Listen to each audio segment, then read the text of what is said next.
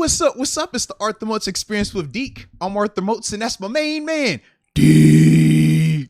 What's good, bro? Man, I am. How you doing, man? I'm not okay, bro. I'm not okay. All right. I just want to come out here and just go ahead and get it out there. I am not okay. It's officially off-season mode for all parties included now. So remember a week ago when I was like, I really couldn't grieve the way I needed to because I was like partly excited because I was a part of a 50-point blowout, but I was partly sad because I was on the receiving end of the 50-point blowout as well.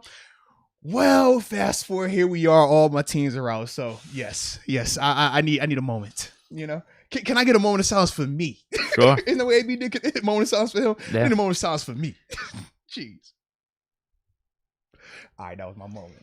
Yeah, I'm not here. I ain't trying You to know. take shots or anything. You sure? Because No reason. I'm ready for it. I feel No. like I'm gonna get shot up. Bills got You know what screwed, I mean? man. That overtime rule. Yeah. I've been saying that. I mean, a lot of people have been saying that.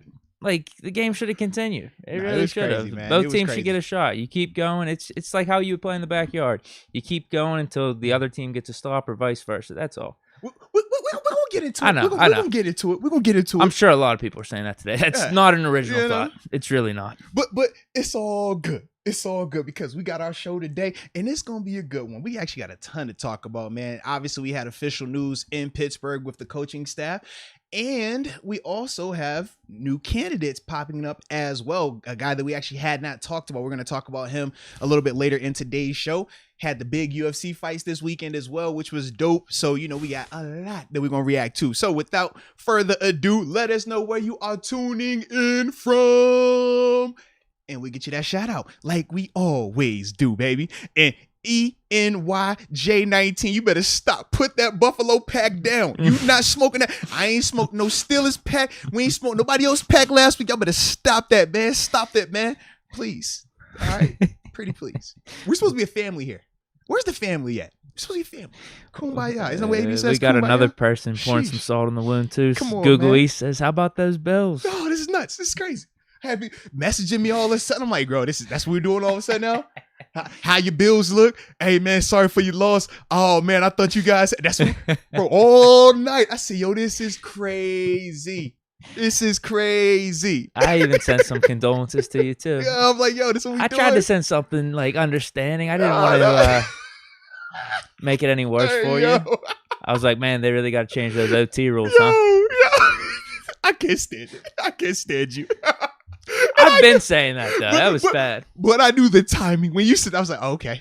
So this is what we doing No, now? that was not in a bad way. Because, so this is what we doing now? no, dude, Bills played good enough to win that game. Josh Allen, Yeah. everything. They laid it out Yeah. there. Just stupid defense the last 13 seconds in an overtime. We're going to get to it. We're going to get to it. But we getting, let's see where everybody is at. And we're going to start it the right way. I'm going to start with Cliff the Dark Knight, tuning in from the 508 Brockton, Massachusetts. He says, Deke looking baby bottom smooth with the fresh cuts.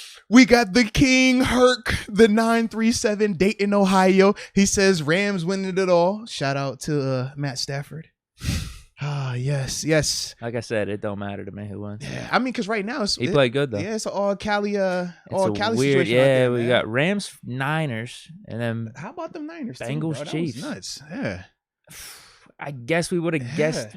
You were high on the 49ers Yeah, in the I was. offseason. I was going to say Rams. I think a Yeah. lot of people consider them a favorite in the NFC. No. And then Chiefs, obviously. But Bengals are the biggest surprise. No, without a doubt. Yeah, I think yeah, for without sure. a doubt, man. Without a doubt. I just get a couple more of these chats in, though, man. A couple where people are tuning in from. Let's see. Alex P. New York City, Brooklyn, the 347. I like it. Actually, that's where Brian Flores is from. I was actually looking him up and just realized that. Shout out to Brooklyn in the house. And Alex Mathis, the 704 Charlotte, North Carolina.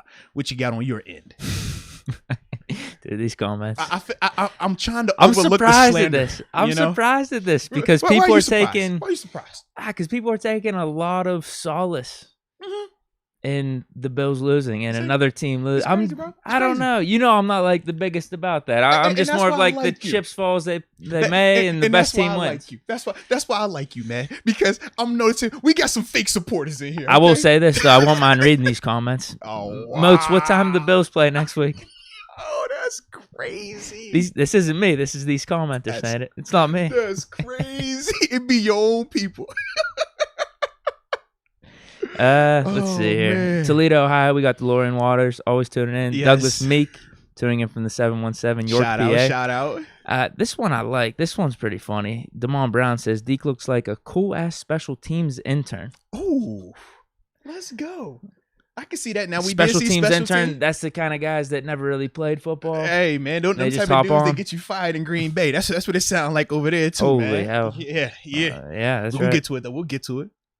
But yeah, I'll read off a few more here real quick. Yeah. And I appreciate you doing that because I totally forgot that we had to have a show sponsor for today. And We do? I just got it up there now. We good. Shout out to DraftKings. You know we got them right now. Oh, that's good to hear. Yeah. DraftKings. Yeah, I was using them actually this weekend on my app. I was too with mixed results, if you could imagine. You know? Dude, one of my buddies, holy hell, he had he won $2,000 on putting I think $15 in. It was two different I parlays. can see that. Absolutely, man. Oh my Mhm. god, he was putting like just over on some of these quarterback Yeah.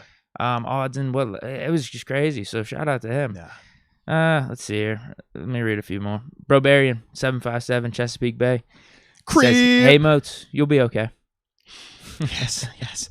Well, because, at least I know going forward that, we get a fun off season where we're talking about our rebuild and who we're going to bring in and all these things. So I'm fully committed now. I'm here.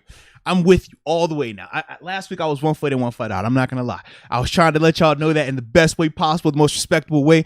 Everybody else was on, it's off season. I'm like, it wasn't off season mode, but now it's off season mode officially, guys. We're all here. DeLorean Waters, Moats for next DC. Hey, but then he comes in, he's laughing at me being in full Bills gear. And I didn't even go full Bills gear. I left the Zubaz pants upstairs. I started coming out with them in my Bills slippers and my bandana and but I was like, I'm gonna chill. It was because the way they played last night. I ain't gonna lie, it made me want to, I had to go ahead and get it up out for it. Oh really? Yeah. Just, Yeah, Josh Allen showed it up, like man. that, bro. They really did.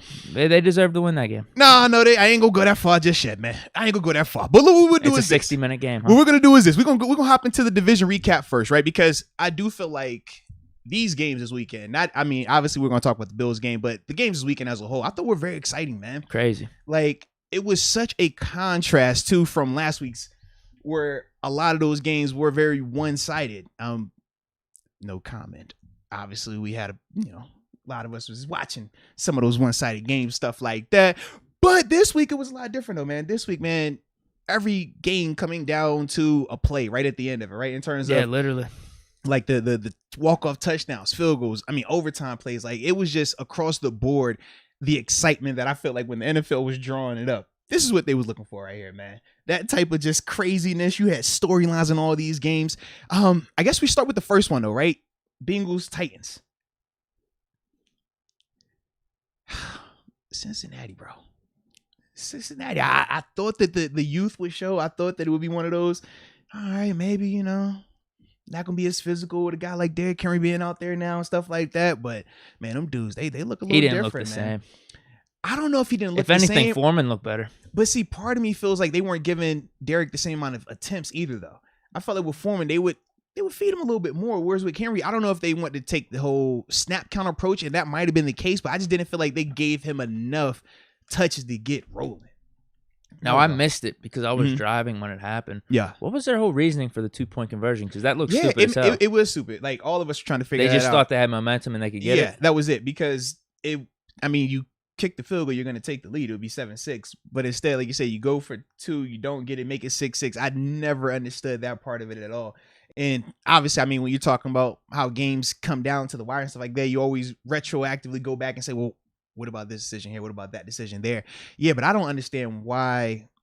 Like, to me, I don't think it was going to be that big of a difference. Main thing to me, their main takeaway 1 point from lead that versus game, 2 point lead, right? Yeah, main takeaway, in my opinion, was just the quarterbacks. Like Joe Burrow, Yeah, he's gonna be good, and then Tannehill, nah, I just don't trust him. Well, he showed that, and but think about what we said about Tannehill though. And I think we've been saying it all season, especially when Henry went down. We said in games where he's having to throw it a lot more and be the focal point, that's where they struggle. That's where his turnovers start to creep back up, similar to how he was with the Dolphins. Whereas the biggest reason why he's been so successful in Tennessee is because Derrick Henry's there. He hasn't had to make those throws over 4 quarters and be the reason. Whereas you can see Cincinnati, Joe Burrow, they believed in that from the beginning. And you could see just the difference in skill with them playing like that versus Tennessee playing the way they did. But it was nuts that, I mean, even with the turnovers and the performance that Tannehill had, they still had their opportunities, though, you know? Oh, yeah. They had the it ball was crazy, to bro. win They the had game. their opportunities. They had the ball to win the game because Tennessee was able to get after Burrow. How many sacks did he take? 9 like sacks. 8 or 9? Yeah. 9 sacks. Another, 10? Or no, it was like 12 QB hits. Like, reminded me and I thought about this too when I was watching that game. When we were talking about, man, can anybody survive behind our line and make it look like that? And I'm just like, is Burrow literally the only person that we've seen do that? Maybe Mahomes to an extent, but I don't think he was ever sacked that much and hit that much and still found a way to come out and win it.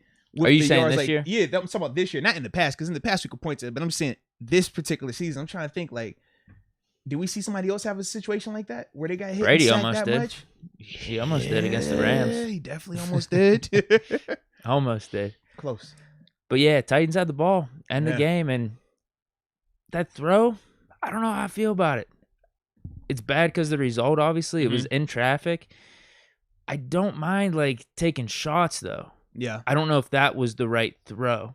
Because if you don't do anything, you're just going to overtime. Correct. I like taking chances. Like I like them trying to take some shots down the field and everything, but I don't know. Is that on the receiver? Should he came back a little bit better? Are we just saying a good defensive play? Because it wasn't a bad thrown ball. Maybe it was just a bad decision. Yeah.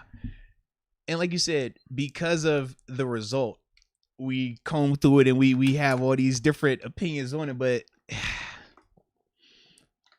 I don't know if I fault that one. Because like you said, in that situation, in that timing of it, you're trying to get the job done. And then all of a sudden, Jamar Chase is wide open. Like, what are you doing on defense? This has happened too much over these past however many games the Bengals are playing. People are leaving them wide open. But the thing that's crazy is you watch, though, and it's like, for one play, they leave him wide open, but the other times, it's like they give so much attention to him, and then you see guys like T. Higgins or Tyler Boyd take off. I mean, Higgins was having that game, And that's the part where we talked about that receiving core. They do have that. I mean, they're loaded. And it showed up, and I was starting to show up a lot more, but the Achilles heel still remains that offensive line. They got to get that improved, man. Yeah. Well, they already beat the Chiefs this year. I mean, now they're going on the road. It's definitely going to be a lot harder. So that'll be an interesting game. And it's playoff Chiefs, too, as we know. It's a little different. Yeah, playoffs are just different in general, for sure. You want to go to the next game? Packers-Niners? Yeah, let's talk about that one. What do you want to talk about? I mean, what was your thoughts on it, man? This is the one I ain't gonna lie. I like this one the most just because I felt the strongest about this one the most. Strongest? Remember when we came in here and was picking? And you said 49. Yeah, and I remember right off the gate, I went the Niners. I was like, all the other ones, we kind of like, all right, who you want to take? What was your reasoning, though? You weren't thinking special teams. No, what did I say, though? What did I say? I said their defense and they could run the ball. Yeah. I said they play great defense and they run the ball. And what did they do? It wasn't the Garoppolo show. It was defense, run the ball, and then he got the special team. You know what? I'll give him credit. He made some good throws down the stretch. True, but he made some terrible throws, though, too, where he's like floating them up across the sideline. It was a Jimmy G performance. It was a Jimmy G performance. But for me, I just felt like their defense creates issues. And their defense didn't really give up a ton of big plays. And watching the Packers, I just didn't feel like that snow helped, actually. It did. It definitely As much did. as people want to say, Yes. Lambeau, Green Bay, the snow, that helps the Packers. No, I don't think it did because it limits the ball out of his hands. It limits Aaron Rodgers a little bit. Absolutely, it man. makes the ground slippy for the receivers.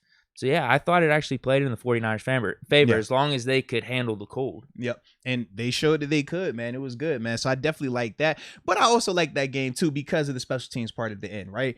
Just goes to show when we talk about the three phases. I mean, we've won games behind special teams. Well, there was a block field goal, too. Absolutely. And once again, and we saw, Joe Hayden came out, he was like, yeah, just for the record, I wasn't offsides. And I was like, you know what, Joe?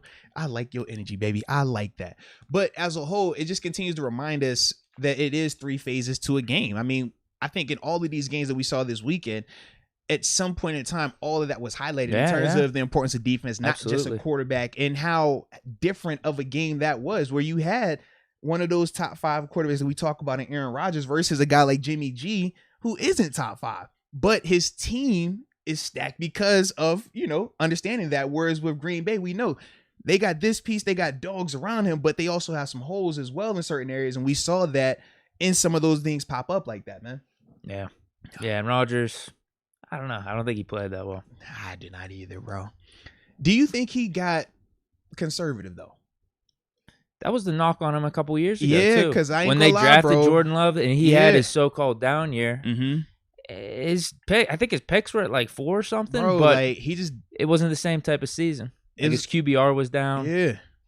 I don't know what to make of it because I'm reading a lot of stuff now and I'm learning about the Packers situation. Okay. And why this game was important and why this whole talk about Rodgers not coming back is actually more legitimate than maybe we think. Yeah, it's because their cap space, they're negative $40 million going into this offseason. And they still got to get Devontae under contract. And he already made it clear, I don't want to be part of a rebuild. Yeah. Mm-hmm. So that's going to be interesting. He might just retire. I mean, he could go either way. Well, shoot, him and Brady, now all of a sudden, that's popped up out the blue, especially, when we talk about the Brady element of it. But, yeah, when he started speaking on not wanting to be about a part of a rebuild, but then you factor in where they are cap-wise, and then you start looking at potential suitors through free agency if he doesn't want to be a part of a rebuild in Green Bay, it's like, man, where are we going to find your fit? Like, in that sense, where you're hopping on a contender that doesn't already have that quarterback in place and stuff like that. So, yeah, that was huge right there, man. That was huge. But I was definitely happy to see that the Niners did take that, man. Shout out to all the people in the Bay too, man. 1-3. You got 2 games on me this week. I had a big weekend. That was big. It was one of those ones where it was a big weekend, but it hurt the most because I ain't wanted to. I was like, out of all the ones that I had to drop, that was the one. And in that fashion, like I couldn't have that. Oh man, yeah. Can I say this? Go ahead, get it off your chest, man. It's a Monday. It is a Monday. I like Rodgers. I'm fine with him. But I just want to say this to all those clowns. Please say it. Please. I've been waiting on it. Please. You feel the same way? I do. That's the guy you guys have been clamoring for this whole season? Thank you. The guy that's been to 1 Super Bowl? Thank you. When the chips are all on the table, sometimes doesn't show up. That's all. That's who you were clamoring for? Over Big Ben Roethlisberger? Talk about it. Get it off your chest, man. Come on, man. You got more in your tank than that, too. Nah, man. Nah, don't you do that. Because Rodgers is still good. But it's just Nah, he is nice though. Yeah, he's nice, still good. I consider him one of the top 5 or 6 guys. But it is great. Like, I do agree with you even more in the sense of when we talk about Rodgers and we continue to put him on this pedestal, but then you look at how many times he's gotten back to that game. And it's not all his fault. It's not at all, man. But the special team stuff doesn't happen, they'd probably win that game. Yes, I do agree with that. There is something to turn we up the point notch. to him though as well in some of those senses, especially in the second half when you're asking yourself, like, if you are this guy, give it to us right here. Like, take some more chances right here. That's the only thing I feel like when we watch in comparison Brady. Man, Brady won't turn that thing down. He was going the other. He would turn it up even more. We talk about Josh and obviously what Mahomes was doing. Like, we see, you know what I mean? Like, them guys is like, yo, I'm going to put my foot on the pedal even more. Whereas with him, I don't know. It was more conservative, I felt like, man. And I don't like conservative play like that, especially in big games like this either, man. Yeah, for sure. Nah. I posted that tweet out yesterday looking back when Ben had that like AC joint sprain and tore ligaments and stuff. Toussaint, RB1. We had Martavis, Sammy Coach, DHB.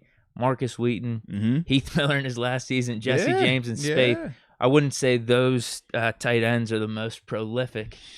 And dude goes and throws for over 300 yards against the Broncos, the best defense. Left it all out there. But this is football. I mean, you see the examples here with Josh Allen. You could even say with Rodgers that, I mean, it's a team game. Like, you can have good performances, or in Rodgers' case, he was playing not to lose, and I don't think the Packers necessarily lost that game. It was just like the 49ers took it away with their play. It happens. It's a team game. It sucks. Yeah. No, 100%, like, there's no reason to knock Josh Allen. Yeah, well, and I no reason to even knock Brady. Like, some people that lose, or sometimes when teams lose, it's not all on the quarterback. Because that's another thing too, man. With the Brady situation, obviously, I guess we go ahead and transition to that game as well. But that ending, when we're talking about that, like, I do like the fact that we can, even though I know everybody wants to dunk on Brady because it's the whole Brady element. Oh, he's not going back to the Super Bowl. It's great. I get that, but he still was doing his thing. That's the part for me where I was just like, man, especially late in the game. Not early on in the game, it was a little bit of a rocky start. I get that. But I thought late in the game, it got back to looking like that's Brady. And we know what it was going to be. And why were people saying he's washed again or something? Well, you know, in the first half, you know how they do. First half, oh, man, he need to go ahead and retire with Ben. Oh, man, that was the talk. It was, oh, man, he might retire right now. He's looking terrible. I'm like, bro, y'all got to stop this, B. Y'all got to stop this, man. It's stupid. I mean, the dude just came off throwing for over 5,000 yards and over 40 touchdowns. You're saying he goes from a week ago not being washed to being washed now? No, it's just simply doesn't have the same weapons. His only guy is Mike Evans. Receivers weren't doing what they supposed to in the first. It was OG Gronk. Gronk was the main guy from him and Evans. Not only that, and the Rams are getting a ton of pressure on them. The Yeah. Bucs' offensive line was sucking. Yeah. What happens when you put all that combination together? Oh, not all the O-line was sucking. Who am I missing? There's JMU guy on there, right? The starting right tackle happened. He got hurt, so that's why the line got real bad once he left.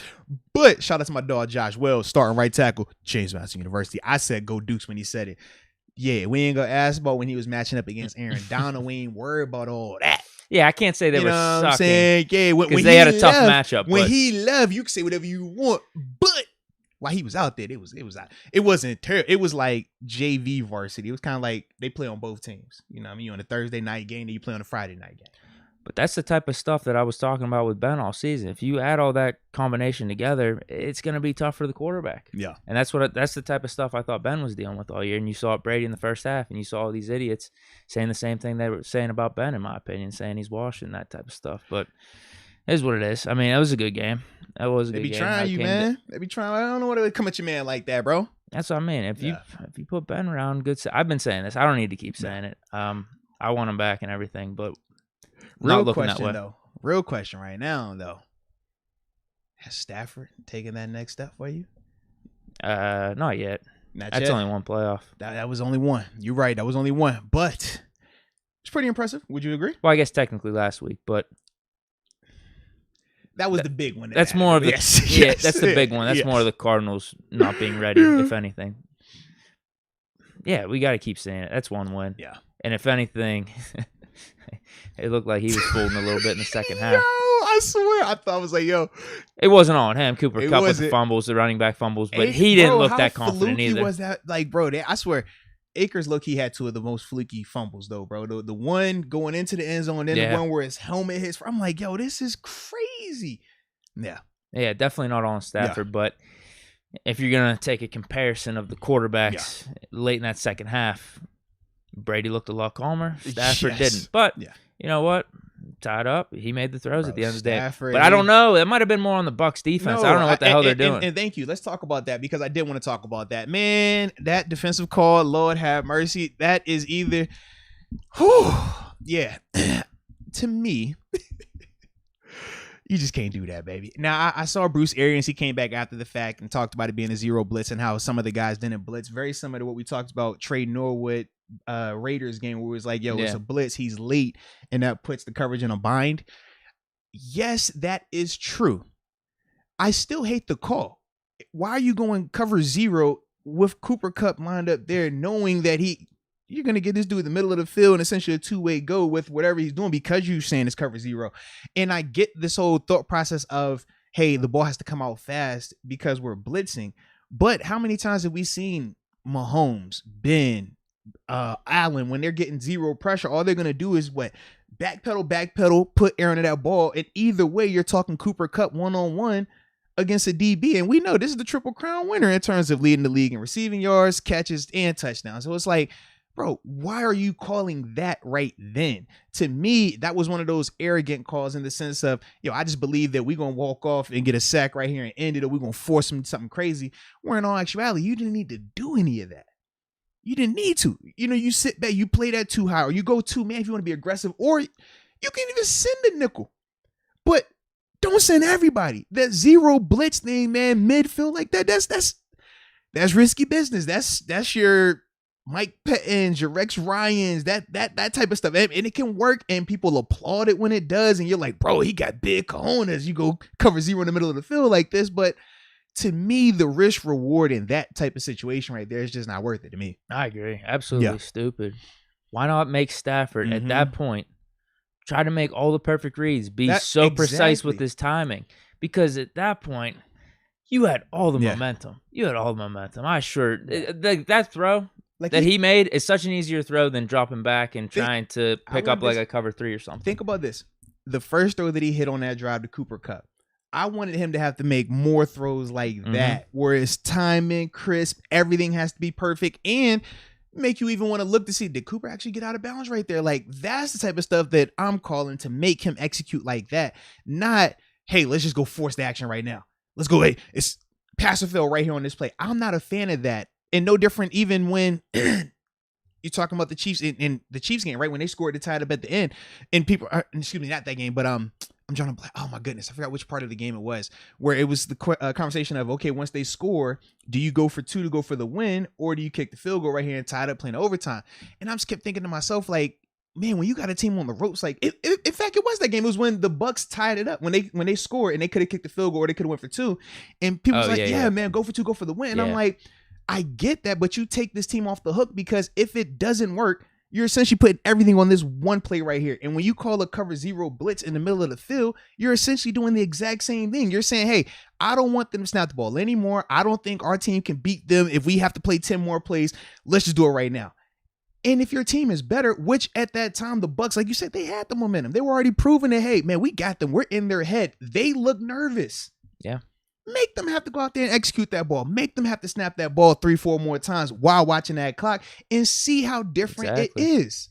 But it just wasn't patient, man. It's frustrating, but he just was not patient in terms of the coordinator on that call right there. I thought the Rams were going to botch up the snap or the spike. I definitely thought someone was going to be false starting. I really did. But no, good for them. All the nonsense that was happening in that game, like, it was crazy. Even you watch Stafford when he spikes it. I'm like, yo, like, it was OD on the spike, low key. Like, yo, are you about to call a flag? You're gonna mess this up too? And I get it. I was hyped with him though, because obviously we had our interests in that game, and that was before the Bills game, so I was definitely on my, I need to come. Would you bet on that? No, but remember, that was one of my picks for us in house, so I was already hyped. Like, yo, I need that part. So yeah. So what is it for our picks? You got to win the next 3. Next 3. I got to, and it's tied. Yeah. No, well, we got another game in there, Pro Bowl. We can't do that. I was over here like, yo, I got that Pro Bowl, and that's the ace in the hole. Maybe depending on where we're at though. If I'm trying to think. If I'm up 1 or 2, why not? Well, because right now, if I'm only up 1 or 2, right now, if that's before the Super Bowl, right? If I just need 1 this week, if I get 1 this week, that still puts me in contention. Oh, well, that's the thing, though. It's either going to be split. Or over. Yeah, you have to win both, basically. Yeah. We'll talk about it. We're going to see, man. We got time for that. Today's Monday. We're going to get to that on one of them other days. Not today, because today, Monday. And it's a grieving Monday. It's not a victory Monday, and I'm still very sad, guys. And I'm double sad. In fact, y'all should be showing me extra love, because I have the weight of the Steelers' loss. I have the weight of the Bills' loss. And I got the weight of the Cardinals loss as well. It's rough times, man. It's rough times out here, bro. That's all. There's one more game, right? Yeah. What's the other game? Hold on, I forget one. I'm good with skipping it if you want to. Don't matter. Oh, stop it. Whatever's best for you, dude. You see, I tried it. I'm a man of the people. And the people don't want to talk about Bills on this show. This is a Steelers show. So, I don't even know why we even, we know this is a Steelers show. Nobody care about that Bills stuff. Hey, man, we're talking about the Bills game, bro. We just go, man. Who's this new coordinator we got coming in here, bro? What's up with that, man? Nah.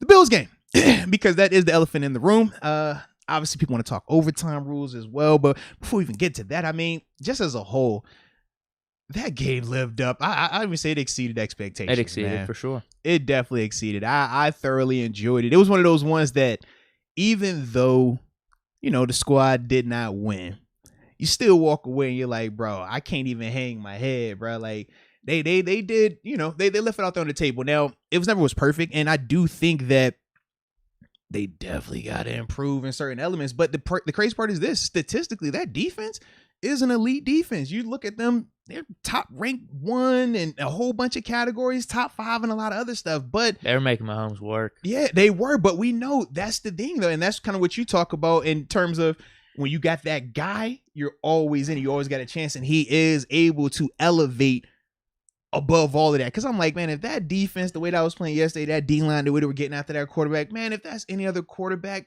it's not like that. This game is 2 scores probably. But when you have a Mahomes, a guy that can extend plays, a guy that can take off a run, make you, play certain coverages as we saw as well.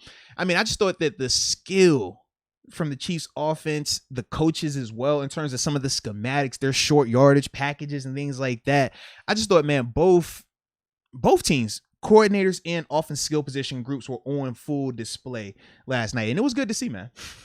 They even pulled out that stupid ass little underthrow, but it hit off Edwards-Hilaire's helmet or something. He completely dropped it. Yeah. They didn't score on that play. But you're right. Yeah, what the hell were they doing with Blake Bell at tight end, though? That was stupid. Yeah. I hate that. I'm really against that. But that taking it out of Mahomes' that hands was the whole evolution, though. That was the evolution. But they've been building this package up, right? So you think a week ago, they run one version of that package. Kelsey hits it for a touchdown. Nobody's complaining. They're like, yo, it's a great job. Innovation, right? We're highlighting Bieniemy. We're highlighting Andy Reid. But now this week, after they've worked it, and done all these other things from it, this variation doesn't work. But trust me, they're going to have a whole nother variation coming up next week where we know they're going to do something crazy. And we're like, man, here they go with these tricks again. Here they go with this creativity again. And yeah, that's just what they do. But man. Final 2 minutes. Is that what you want to talk about now? The final 2 minutes were nuts. That is absolutely insane. Bro, it was a 17 points in like a minute and 13 seconds, like crazy. For me, the bomb to Gabriel Davis, the response from Josh, that was the one. That's I feel like how it all got really, really going. Then Mahomes came back. No, the punt return as well by Tyreek Hill, because that's again showing the special teams element and just showing the significance of it. Any other return, you're not worried about it like that. Tyreek is a little different. But the fact they were putting him back out there let you know how significant of a game it was and how they felt like, hey man, this is we here. We can't carry this over. We can't hold him back and wait a little bit. We got to empty up the whole clip. So I did like that part. It was more of a sign of respect. It was a sign of respect, man. Yeah, Josh Allen was clutch as hell, man. But 13 seconds, bro. 13 seconds, man. Is this a Bucks type of situation for you where the defensive calls were bad execution? What did you see? It was a mix, honestly. I think first off, I start special teams wise. I'm still conflicted. I don't hate the decision, but I'm just kind of going back and forth for would you kick it out the end zone or do you put it on the ground squib style, maybe take a second or two off the clock. Now, granted, just because you squib kick does not mean that clock is going to start. If nobody gets hit by that ball, as soon as somebody touches it, they take a knee, nothing has to go off that clock. So I get the thought process of, just squib it. But if the execution is there, it's not going to matter. Anyways, if anything, you're just going to give them better field position depending on where they get that ball. That they, got stepping that ball 40-yard line. Now Mahomes really doesn't have to go that far. So that part of it, I'll kind of go back and forth with that. But I guess for me, part of it was execution, part of it's the Chiefs. During that time frame with 13 seconds left, you're thinking two things. You're saying they can either go hook and lateral, whereas when they drop that pass to Tyreek, that's the start of a hook and lateral where he would go across the field. We get to pitching it. That's one route. So you're thinking that. You're also thinking you got to protect the sidelines. But this is the part where we talk about the Chiefs being different, because I thought they had all their timeouts, right? Yeah, or 2 timeouts? They had 2 timeouts. So call-wise, I like protecting the sidelines in a sense, but it's not the end all because they got 2 timeouts. I like the fact that you're allowing the underneath catch to Tyreek Hill if they're going hook and lateral, because, hey, that the hook and lateral doesn't kill you. But the element that's the game changer is Tyreek Hill. He changes it from a 3-yard or 5-yard catch to a 20-yard gain because of his speed. That burst, that's the part that you can't account for. And that to me was just like, all right, that's a Chiefs play right there. The next one, I don't even mind Kelsey getting the catch.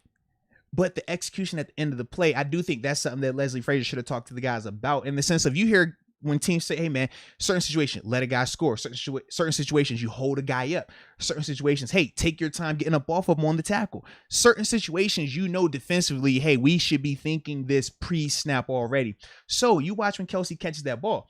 Everybody's chasing him down, but you watch when the tackle is going on, it's like, bro, hold him. If all y'all around here, let them drag you. It's not going to kill you because that clock is ticking. And those yardage compared to that time, they can't call timeout if he's still up, if he's still moving. So that part of me, I'm like, yo, come on, man. We got to think a little bit better here. Or even in the sense of once he's down, make sure you take some time getting up off of him. Make them use clock. Make them use that. And that was the part with just execution where I was like, man, it just sucks. But it's also Travis Kelce. And how far down the field he was as well. That's part of who he is. You know what I mean? So that's why I said part of his execution. I did not like the execution all the way, but at the same time, it's like, you got to give the Chiefs some credit, because, man, if that's any other tight end or any other wide receiver, it doesn't happen like that. But when you got cheater who, I mean, you saw my man throw the peace sign to on the way to, bro, he was behind I thought they him. were going to throw the flag. I really did. For a second, I did too, but I ain't want it. I ain't gonna lie, I did not want the call. I'm surprised they didn't. Yeah, that would have been cheap, man. Yeah, a lot of us were surprised that they didn't, but I personally, I did not want that because I thought it would have cheapened it if the Bills would have won. They would have pointed to that and said, oh, that's the only reason why. But, bro, I just had to, as much as I was hurt, I was so hyped, bro, because I said, yo, you know how bad of a man you got to be to throw the peace sign to a cat. Was he 20 yards away? In front of you. The man is in front of you. I say, Lord. I say, yo, you hit him with this and he's there. I say, you a bad dude for that, bro.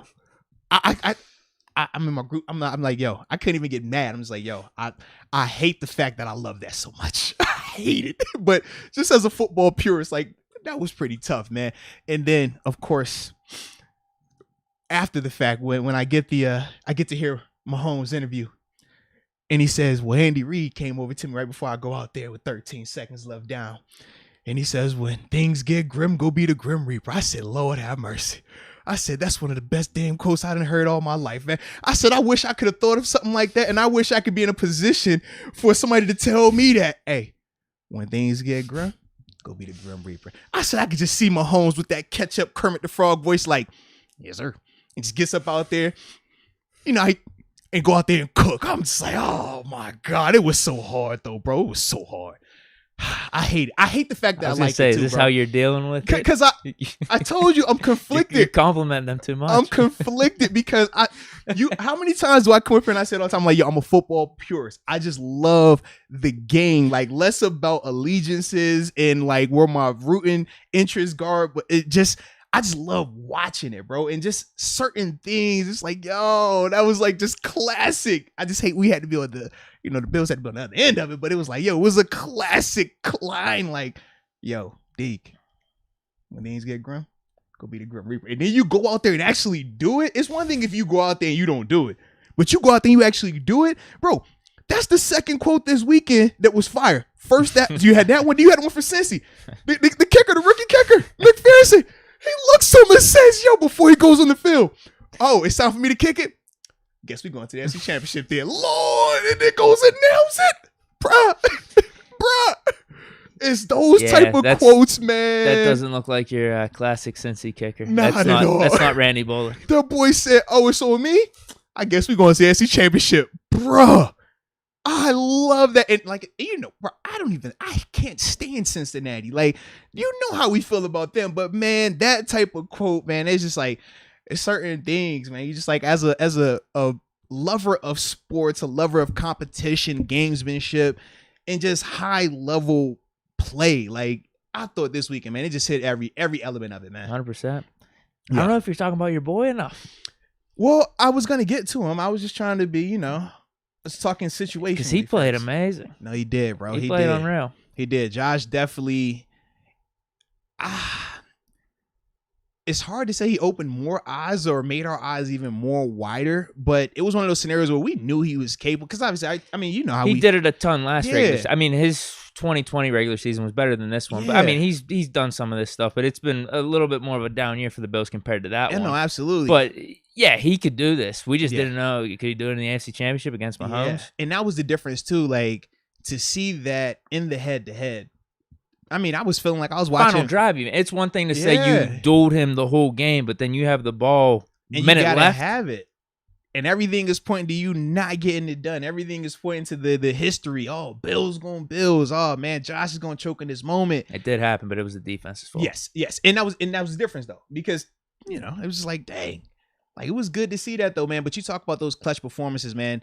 Like, he definitely showed a whole nother level. Like, you start looking in his eyes on the sideline, they were showing him and Mahomes just going back and forth. You know me, I love defense, but those two guys dueling it, man, I forgot all about my defense, and I was like, yo, y'all just keep doing what y'all doing. If somebody stop y'all, great, but you know what, I'm here for it all night. Let's go. Gotta give credit to Gabriel Davis too, making the catches, bro. 201, 4 tutties, and part of it was the product of what the defense of what the Chiefs were doing. They said they're not going to let Diggs beat them. And when, that happens, somebody else has to step up. And it was good to see that, and we've talked about him before as well. I mean, yeah, I thought he was good his rookie season. Absolutely, some of those man. highlights you would send me, but he wasn't featured like that. Yeah, but he's mainly their third or fourth option right now. Typically, yeah, third, fourth. Sanders wasn't playing as much though, right? Yeah, but those guys been a little banged up too, so like that part played into it. Usually when they're all healthy, he's probably like the third or fourth option behind Beasley, but you see what he's capable of, and that's the thing with him, man. But man, I thought as a whole, like those dudes look good, man. I just think it's just one of them things when you're playing against the Chiefs. Any other team, man, you're not saying this, but it's like it's the Chiefs, man. It's different. Well, you know where I like to go with it. That OT rule is just terrible. Now, I'm about to say, because this is terrible. This is where we've been building up to get to, man. Everyone knows about it. We've been building to get to it. I hated it because we've been doing this podcast, 3 years? Yeah. So I remember we made a big spiel about it whenever Breeze got knocked out of the playoffs, when Cousin got it. Yep. Vikings scored off that long bomb to Rudolph. Yeah, I was like, I would like to see Breeze have a chance. At least just have a chance. Yeah. If the Vikings stop him, good. If not, just keep the game going. And then we're seeing it again. I mean, we can see it countless times. It happened actually with the Chiefs and the Patriots back in 2018. I just hate the rule, but I get it. Josh Allen had a really good answer. It's like, you know what? If we win the coin toss and we go down and drive, we're celebrating. So it is what it is. No, and it's a stupid rule, though. I mean, they changed it for Brett Favre back when the Vikings lost to the Saints. They changed it from field goal to touchdown. Yeah. So let's change it from whatever it is now to what we want it to be. Yeah, for me, man, if you're changing the rule, don't change it because you're looking for it to be fair. Because I tell you how I feel about it. Like, overtime isn't meant to be fair. It's meant to find a winner. It's meant to end the game. And I know people bring up the college element of it and they say, well, hey, man, in college, these guys go back and forth and you get the chance to really see who can win it.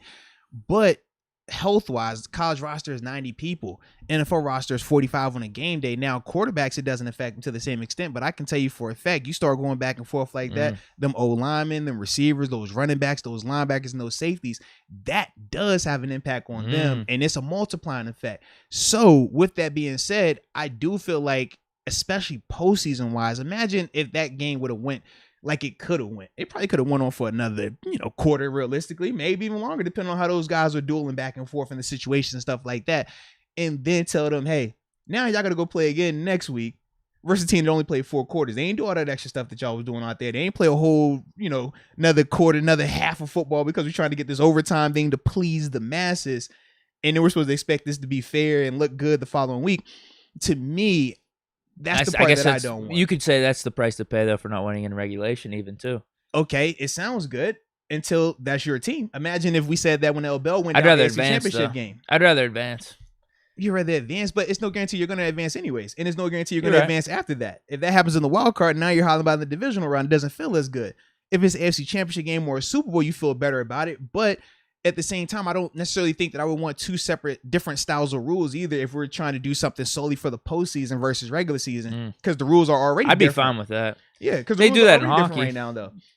Because they do OT for 5 minutes and shootout, and then in playoffs they do as many overtimes until someone wins it. I mean, dude, but I also like the fact that they will do a shootout though. Like, what if we introduce a skills challenge or something like that? Oh, man. You got your quarterbacks, right? You want to die with your quarterbacks? No, why not? What's the difference? So, because we're doing this because we said, what? You want both quarterbacks to get an opportunity, right? Yeah. So, what's the difference if we said, okay, skills challenge then? Who got the better arm? No. Strength, accuracy, ball placement? No. Oh, so we want the quarterbacks to get the ball, but we don't want the quarterbacks to be the end all be all for the game. It ain't right. Whoa, now it's not right. Pure. No. It is pure. Go out there because we want to make it about the quarterbacks. I can't do it. But we're making it about the quarterbacks, right? We minimize special teams. We've already done that. We're minimizing defense. We've already done that. So you wanted to be about the quarterbacks. Let's make it all about the quarterbacks. And I don't want to hear about their arm being tired. If they throw it 50 extra times because they keep matching each other, y'all throw the ball 50 extra times. Problem. I'm cool with that. That's no problem. But the rest of let the rest of the guys chill, man. Hey, you wanted to be about the quarterbacks? Go out there and be about the quarterbacks then. No, we can't end a playoff game with a skills competition.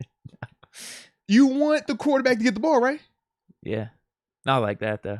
You want to see the quarterback throw it too, right? Continue the game. And you want to see the quarterback throw the ball, right? Just give Josh Allen a chance. Now, listen. So you will get your chance for the skills challenge. You get your chance. You will get your chance. Give Josh Allen a chance. And you will get your chance, you're right. baby. There's no guarantees he scores. The Chiefs can stop him. Right. But just give him a chance. That's but why all do we want to do this? So it's cool to give him a chance, but not cool to make it all about him, though. It's not all about him. But we're making these rules, or we're making these recommendations about rules being changed solely because we want quarterbacks to get another opportunity. That's the premise of it. That was the premise why it changed from a field goal to having to score a touchdown. So let them offense. Hey, y'all go out there and have a skills challenge. Wide receiver run. Y'all can do a relay race for all I care, man. Do it like the OG Pro Bowl. You pick your best running back, quarterback, receiver, and they had to have played over 50% of the snaps too. None of this. Oh, he's our best athlete, but he's not a good player. No. It's got to be one of your guys that played in that game too. Over 50% of them snaps. Put them out there on a little relay. Y'all go out there and play as many overtimes as y'all want, and let the rest of the real people that play ball just wait on it, and then they could be fresh going to next week. And then when the course, oh man, my shoulder hurt, my elbow hurt. I don't want to hit none of that, man. Hey, show back up. You good? I wouldn't even mind just Mahomes gets a chance, Allen gets a chance, then next point wins. I wouldn't even mind that. But it's never going to stop like that because you know what's going to happen. Mahomes gets his chance, it doesn't work. Allen gets his chance, it works, or it doesn't work. And then Mahomes gets that. Whoever gets that second go around and the other person only gets one, we're going to be No. Yes. Okay. Like if Mahomes it's already started. If Mahomes didn't get it, and Allen, they score a field goal, it's over. No. Game's I'm saying over. in the sense, though, when you're talking about making the rules where, hey, it's mandatory that both teams get a chance to get the ball. Yeah. It will evolve to now, well, hey, man, they got 2 opportunities. We only got 1 opportunity. That's not fair. That's all I'm saying. That's if you stop it. Yeah, but people aren't going to draw that line. We're already seeing it now. At first, it was a field goal. Oh, man, I can't believe a field goal. Then it was, okay, well, now you got to score a touchdown. If you kick a field goal, you get still got opportunity. But if you score a touchdown, it's over. Oh, no, that's not enough now. It's like, bro, how much further are we going to go? The overtime isn't meant for fairness. It's meant to find a winner. That's all. So the other 4 quarters ain't matter? Dude, I'm with you. That's all my thing, don't man. give up a touchdown with 13 seconds. Stop him in overtime. Exactly, I get all that. Bro. At the same time, I've never liked the rule. I've never liked it. I just think both teams should get a chance on offense. That's all. If it would just stop there, I would be fine with that as well. And then the next but point it's not going to stop there. That's all I feel. You don't think it will? It's already proven that it wouldn't. We've already proven that when it went from the 3 points to the touchdown. Now we're here hollering about both teams. That's all I'm saying. I'm not opposed to just keep it going, for sure. So, like I said, it's never going to stop. It's going to keep going. And then, I mean, people make it about, oh, man, so you got to win the coin toss. You know the percentages, man, when you win the coin toss and you win the game. And it's like, bro, do you know the percentages of being down? What the Chiefs were down with 13 seconds left in that time when they got the ball? It's probably less likely than getting the daggone coin toss in the whole overtime statistic. I get all of that. But at the end of the day, you still got to go play the game. That's just kind of where I lay with it, man. And that's why for me, like, I've never had this strong feeling about overtime being expanded or anything like that, especially at the NFL level. That's all. No, I get it. We both have the same sentiments then. I didn't know if you were going to switch it up, maybe. Nah, man. And that's why I said, like, it doesn't matter if it's you Buffalo. It's it a don't good matter when reason it was Pittsburgh. It don't matter who it was, even if it, like, hurt me directly, like, and I was on the field for it. Like, to me, I just don't like changing rules because we want to just adjust for this one thing. Because, in this moment right here, all of us felt this emotional thing. We just made this knee-jerk reaction solely for this scenario, but then we don't realize the ramifications that's going to have around it. That's all. Would you think of switching it to the field goal to the touchdown? I was cool with it. I got it. I mean, like, I understand a field goal is a lot easier, and especially with some of these guys, cheaper. And they're hitting from like 50 plus. I mean, you got to go like you need like 30 yards off the kickoff, and then you're in field goal and range. That's it. So for that, I was like, I can understand that. But when you talk about giving up a touchdown, man, we can't act like touchdowns don't matter. We can't act like, oh, yeah, they give a touchdown. Oh, it don't matter. Hey, man, you should get a chance too. It's like, nah, that bro. That was way too easy for the Chiefs. I'm like, man, heck no. At the end of the day, you got to have accountability. You got to.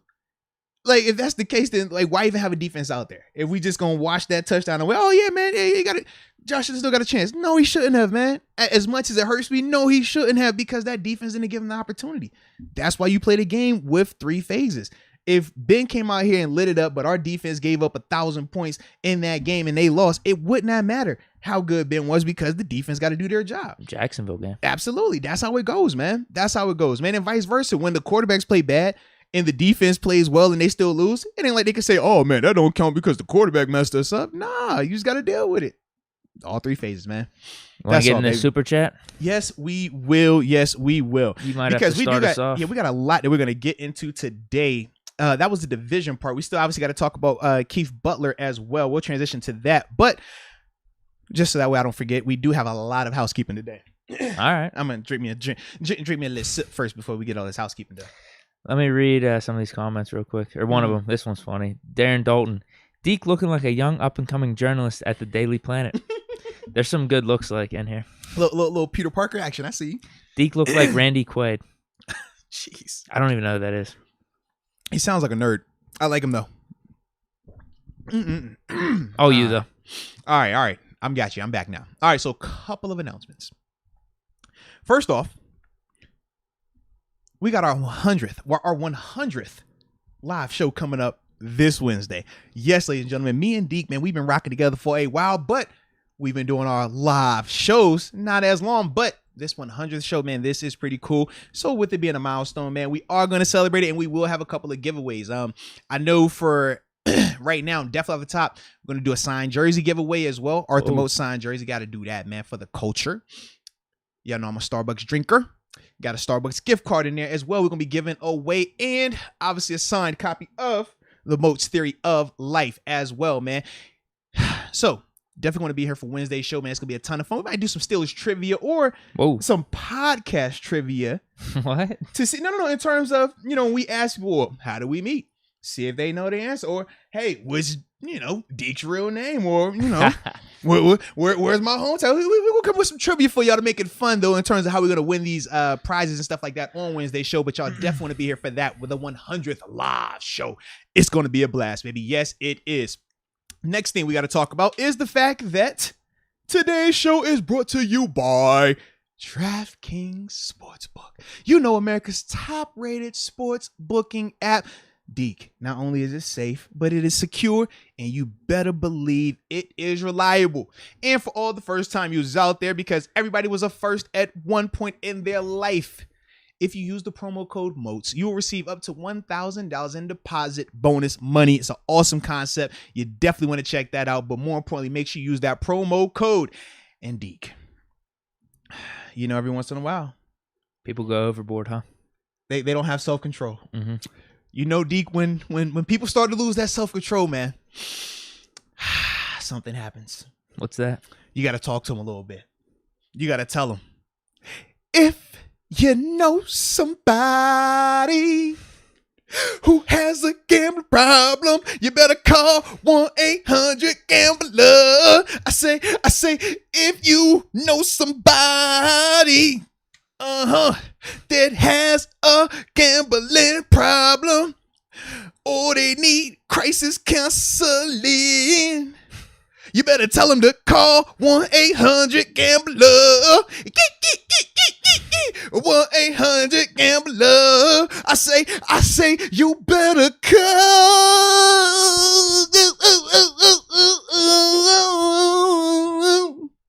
1-800-GAMBLER.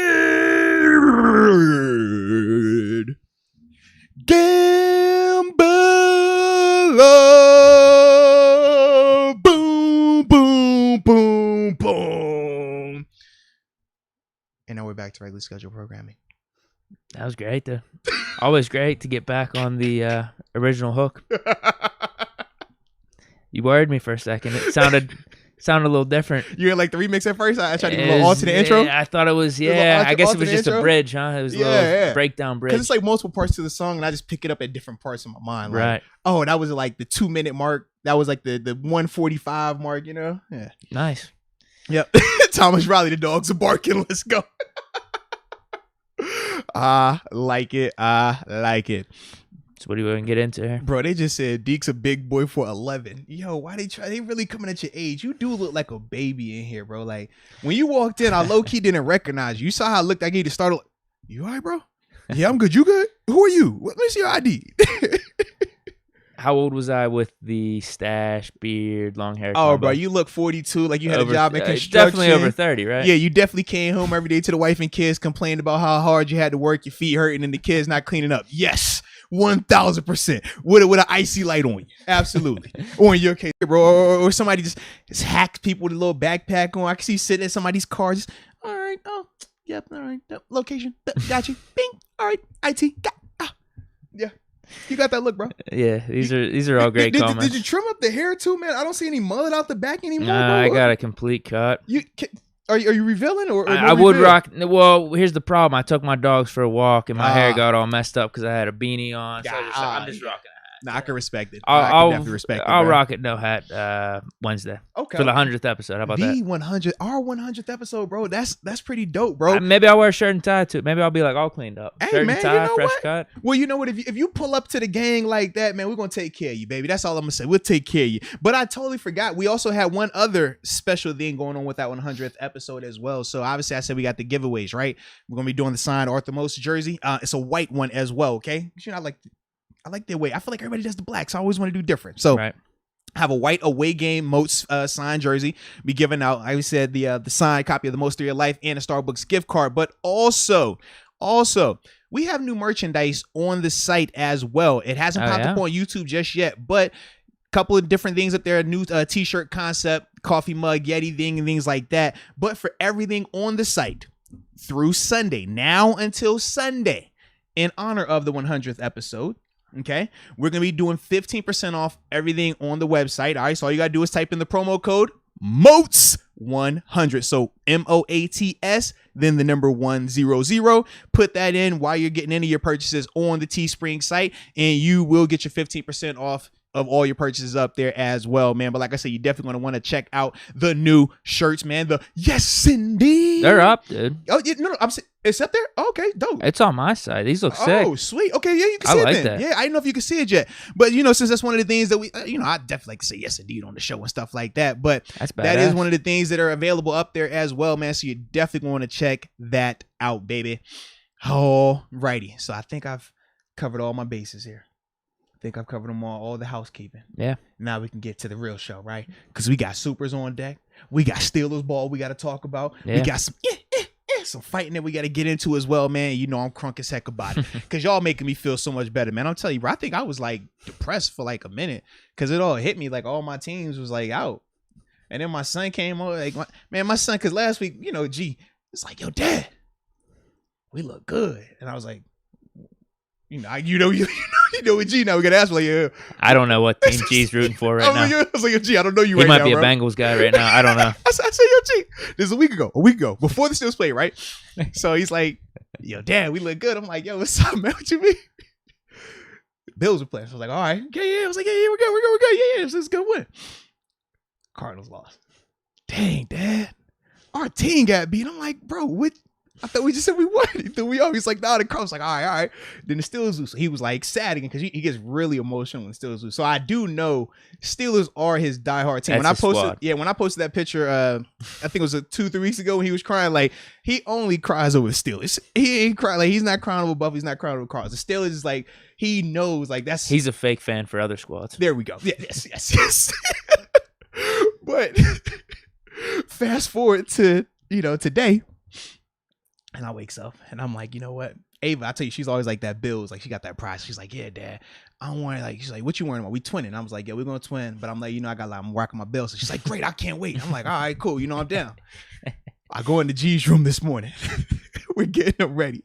He's like, Dad, I like that hat, man. I was like, yeah, you do, huh? He was like, yeah. I was like, you want one? He's like, yeah, I think I do want one. I was like, all right. He was like, hey, Dad, did they win last night? And that's the whole day up. I was like, actually, son, they lost.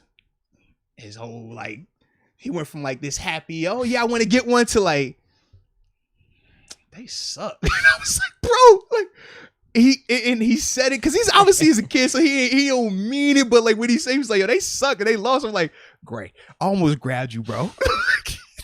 This is like 8 in the morning. I'm like, yo, it's like, great. We can't do this right now, bro. All right, you save your bill slander, your talk, your sharp tongue, because you talk like me. You say it just like I say it too, because my filter is a little off at times. He's like, yeah, Dad, they suck, they lost. I'm like, great, like, bruh, like. So that one hit the worst today. Yeah. Over all these chat comments. It did, because it had me looking at my son sideways. I'm like, bro, I don't know you right now, bro. Ava, you my favorite today.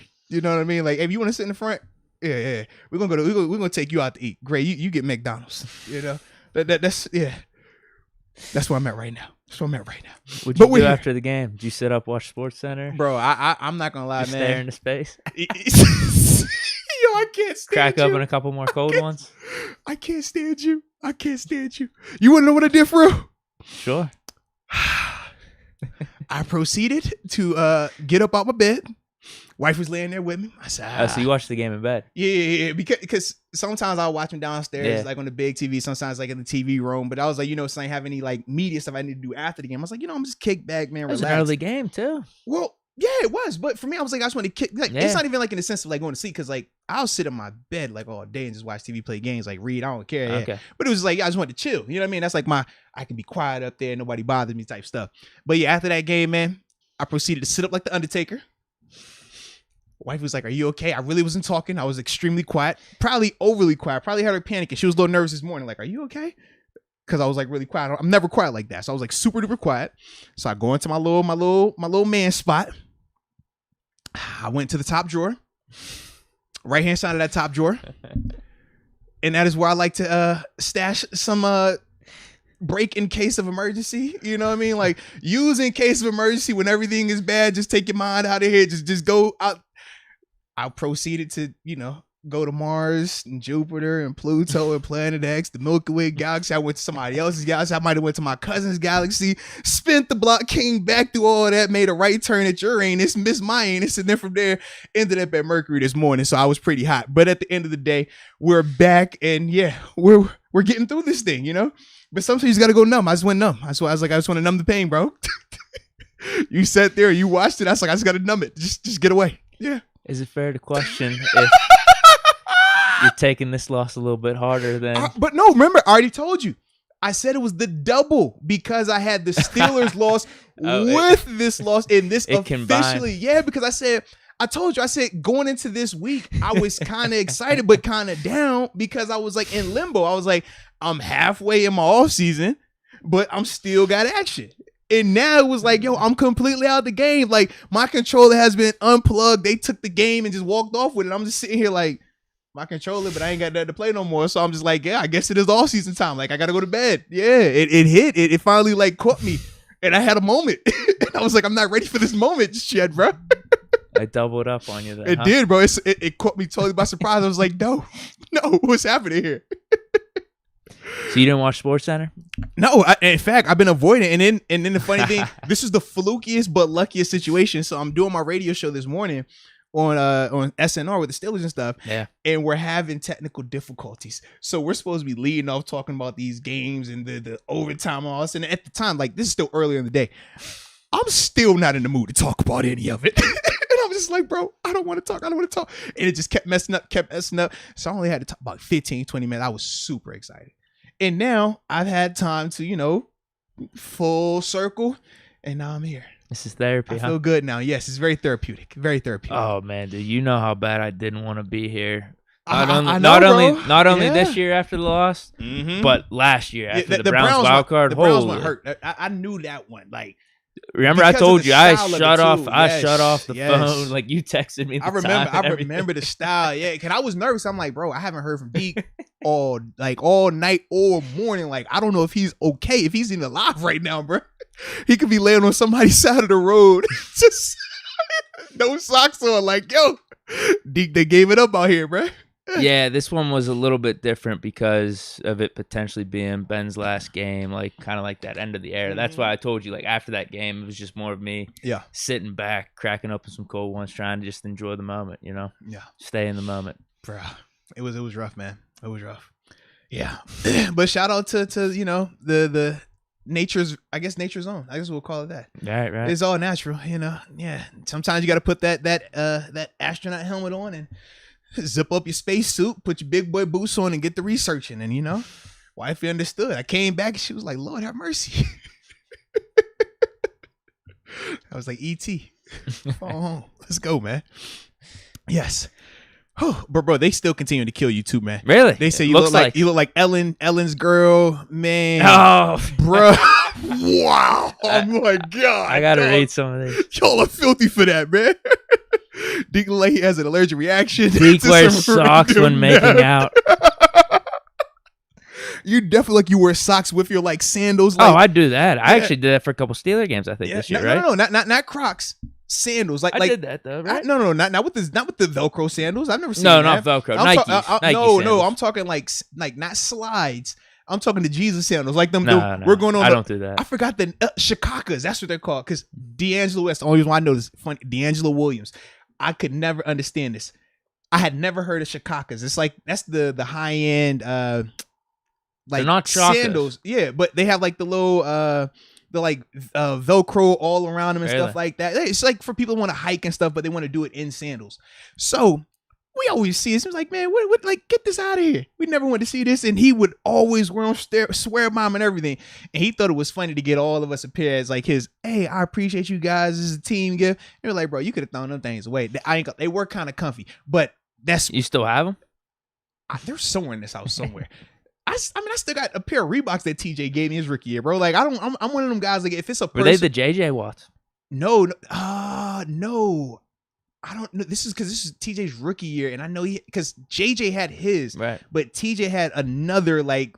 It wasn't like an official, they didn't call him but the TJ Watts. But it was like that style type of shoe. And actually, I still work. That's like my workout shoe. But it's one of them things like because it was a gift, I can't get rid of it. If that makes sense, right. You know what I mean? Like I just feel like it's sentimental. So I don't blame you. Yeah. Yes, those Jesus sandals are somewhere in this house. I just don't know where, but they're definitely here, bro. Because I can't get rid of them because I just feel like even though it's never gonna happen, I don't want to be that guy at some point in my life when they come over and they're like, "Yo, you still got that I gave you?" And I'm like, "Nah, I gave it away." Yeah, you can't be doing that. Nah, I threw it away. It's like, it's bad look. It's bad luck. So I was like, I'm just gonna keep everything just in case, man. I'm with you. Yeah. Dude, these are pretty good. Bro, they are frying. Deke is definitely a progressive insurance salesman. Yo. Deke looks like an insurance salesman. We got Deke looking like Kirk Cousins. Ooh. LOL, bro. They say you ice fish over here. I was like, yo. They say you're the fantasy draft expert. That's what you look like. This one's good. He spelled my name wrong. He said Duke. Duke looked like the dad from Honey, I Shrunk the Kids. That's a classic movie too. Holy cow! Yeah, that was pretty funny. These are pretty good, man. Yeah. All right. Secretly works for PFF. They're saying no way. You low key could. You definitely got that look about you, bro. I can see you right now with your analytics. Oh man, I gotta. Yeah, well, you put your little nerd glasses on. You push them like, yeah. Well, like think if I do and I this one, yeah, man. Yeah, I think that quarterback's way better. Who's the quarterback? Oh, I think it's Jimmy G. I think he's way better than Brady. What are you talking about? Look at the efficiency. Come on. That's what everyone's saying. Deke looks more like Eric. Yeah. You're definitely Eric today. Damn. I can't call you Eric because we got our 100th episode coming up. So I don't want to pad that bad energy out there. So I'm going to call you Deke. But you do look real Eric-ish. Capital E. Does Deke work at Apple? Deke looks like Jonah Hill with glasses. Deke would put Ben on top of the PFF. Yeah, so maybe I can infiltrate their system. Man. You could, bro. Definitely could, man. Deke, like, he drive like a Dodge Dart, too, bro. Like one of them, like, Honda Civics. I'm close to that with the Subaru. Honda Civics with some shiny rims. Yeah, definitely tint, though. And a spoiler. You got to have a spoiler. That's what I look like? Yeah, spoiler, big muffler. One of them hate techie that. dudes. That's the look, though, bro. They get out and you're like, bro, that's you with all that noise? That car ain't going nowhere, bro. I swear I'm borderline close, though, with my Subaru. I just need to trick out the Subaru. That's what you got to trick it out. I'm not doing that. 10-inch rims, 10-inch rims, throw a little spoiler and a muffler on it. That's all you need, bro. Yeah. Okay, we doing the chat here? Yes. Let's just get back over here, bro. This is going to be you because I lost a ton of them. Yeah, you're good. We just had to have a fry session. It happens like that, bro. It's good. You know what I mean? These are great. Yeah. When you see them, point them out. It'd be like that sometimes, man. All right. First up, Mike A. Shout out to you, Mike A. He says, Ryan T. plays for the Bengals, or was he just playing catch with his friends? Yeah, Tannehill definitely was looking like he was point shading a little bit, but shout out to the homie Mike Hilton too, man. He did have a dope that tip pick thing that was pretty clean, man. Oh yeah, and I saw a bunch of comments. This was actually a fair point. You know how people go over the top sometimes just because something happens, they get over emotional. But this was a good point.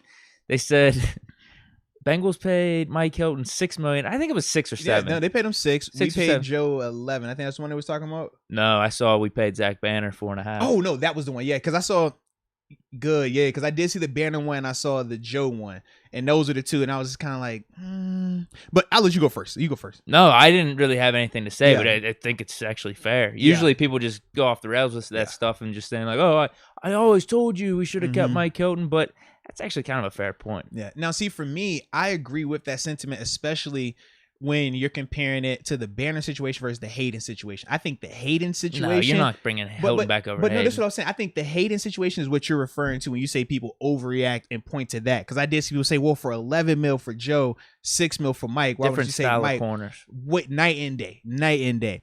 But the Banner to Hilton scenario, absolutely. When you talk about 4 mil versus him getting 6, and you look at the impact of both of those guys. Banner didn't play.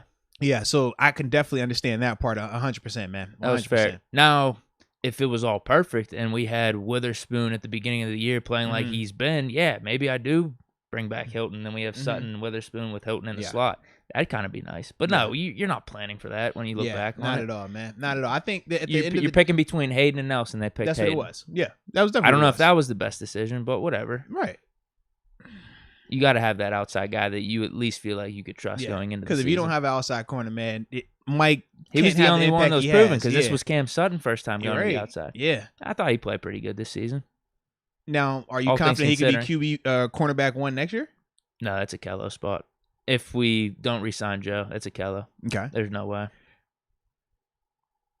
No, I'm not confident. That's what I'm saying. The simple answer. No. So it's just like, so if we don't bring back a Kello, we better find someone. And that's the issue. You know what I mean? When you talk about Hilton trying to keep him versus the Hayden thing like that. So yeah, but the Banner part definitely is a legitimate. I could definitely see that. Yeah.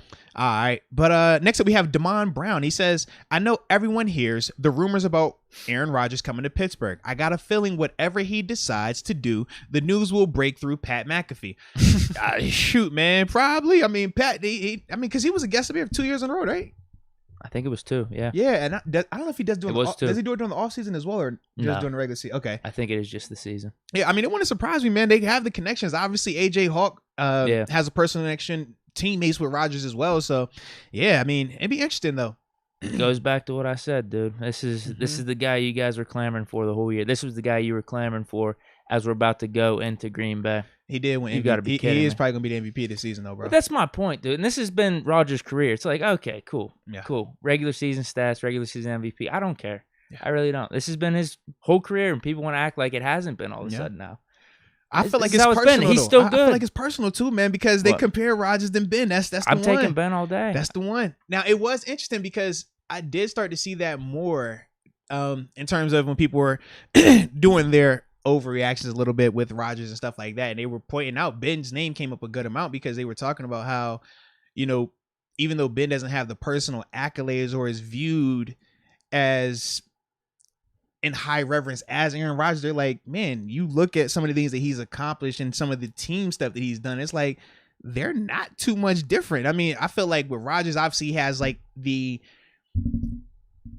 almost like the Mahomes or the Allen effect of you can look and see crazy arm or crazy attribute about them. And I think people get over enamored with that in times. They do. Whereas with Ben, it's more of like the Brady approach. It's more of the grittiness. It's not always going to be this like picture-esque performance, but it always ends or predominantly ends in success. I think that's the difference in terms of that eyeball test and why the initial like reactions for both of those guys as they parallel through this situation and viewed like that too, man. Well, people just want to look at the stats too. Yeah. And here's what I'll say about Ben with his stats. There's this one that was amazing. It came up on like Sunday Night Football. Like it was most touchdowns or most yards in X amount of attempts. And there were only 2 guys on that list. And it was Ben and Rodgers. I think it was like 50. I can't remember the stat. Yeah. I'll pull it up though at some point. I ain't gonna lie. I'm a little surprised that you would not remember a stat that is in favor of Ben. It was a really good I thought you would have like wrote it down on your hand and pen. My point is this: tattoo it so you never Ben's forget. Attempts for his first maybe 4 or 5 years were usually like 150 to 200 attempts less than everyone else in the league. You combine that with him usually missing about 2 or 3 games a season. His stats look weird whenever you go to Pro Football Reference, but like one season where he might have like high 20s in touchdowns, maybe 27, 28. Like that would have easily been 30 if he just would have played the whole season. So the stats look weird with him. At the end of the day, I just want to win a game. I want Ben Roethlisberger over Aaron Rodgers. I think he's proven that throughout his career. Hey, man, Rodgers is looking a little shaky. Rodgers is good. That's the thing. Like, And it goes back to what I was. Big moment. It is something I go back to with the overreactions, though, too. Like, yeah, that game wasn't all on Rodgers. Rodgers is an awesome quarterback. So everyone that's probably eviscerating him right now, it's like, all right, relax now. Relax. Because, no, he's still a great quarterback. I would agree. I would agree. And I also would agree with Google East. He says Deke looked like he argues efficiency ratings on Twitter. I can see that as well. I did drop some nice goalie stats yesterday. I did. And I think we need to we'll talk about that off air. But we're going to get to it. Let's keep the scene rolling. Okay. Oh, we got Chef Buck. Chef Buck just doing the upper room. So, Chef Shout Buck, out. welcome Thank to you. the upper room. Yes, indeed. Yes, indeed, baby.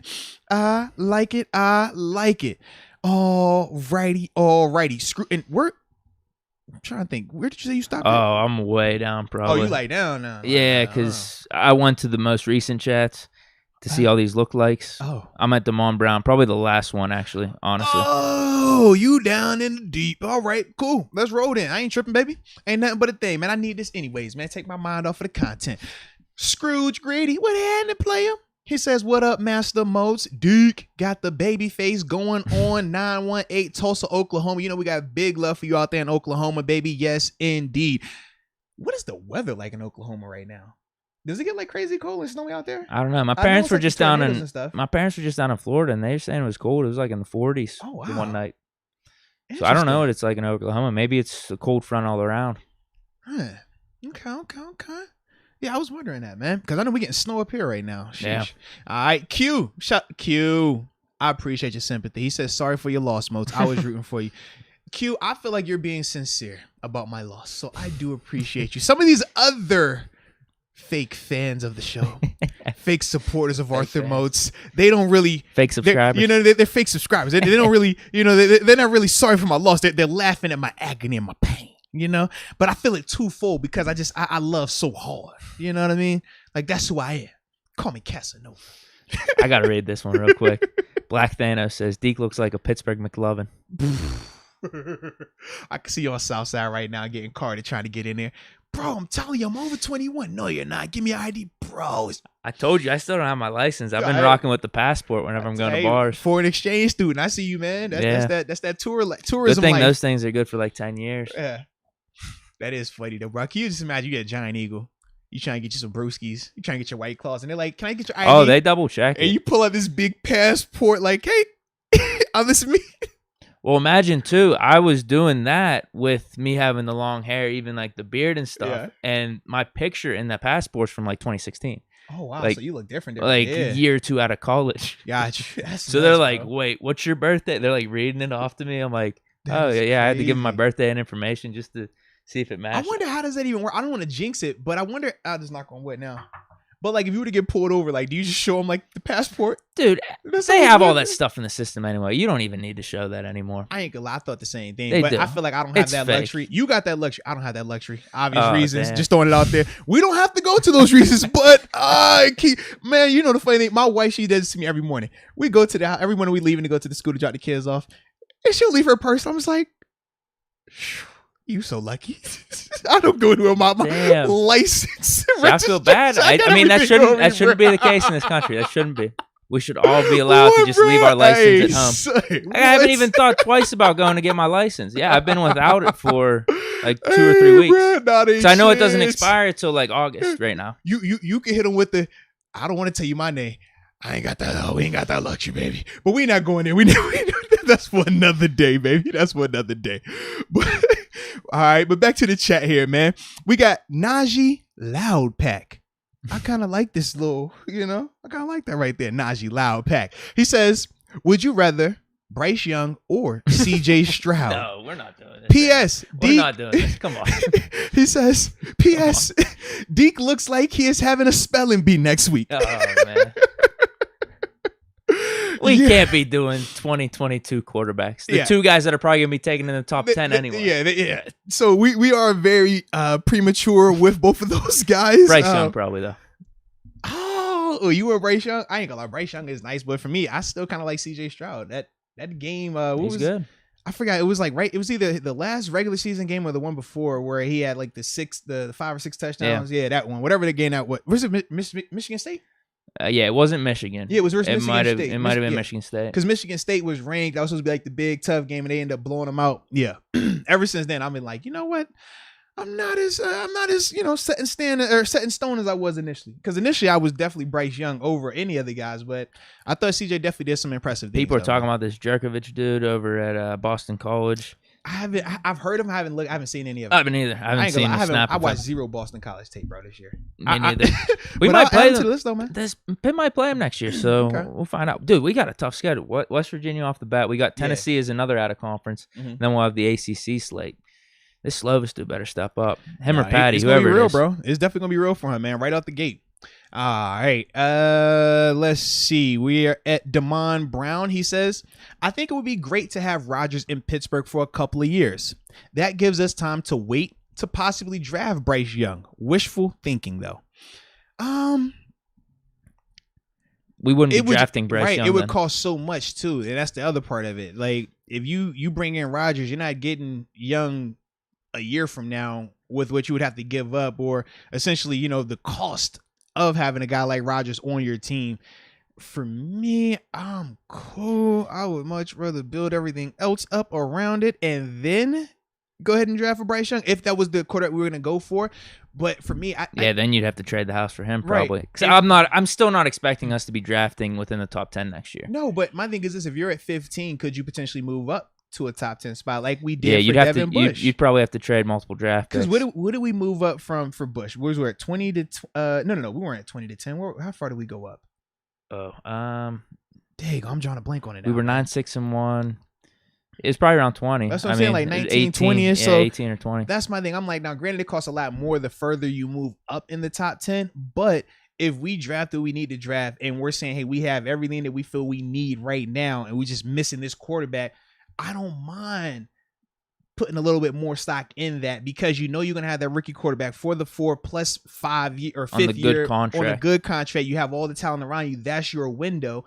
And then if he does evolve into that franchise quarterback, now you got your guy, and then from there you're not worried about it. You say, hey, you're the elevator, you're the force multiplier. Right. But if not, you still are in where you need to be. You still have all the pieces in there. You can feel good about it at night, even if you didn't, when you can lay your head down and say, you know what, we had everything that we could, we just didn't have this quarterback, and I can live with that. That is the case. I thought about this a little bit more for trading for one of these guys, Wilson, Watson, Rodgers, whoever it is, just because it is a multiplier. Like everyone else's games will elevate.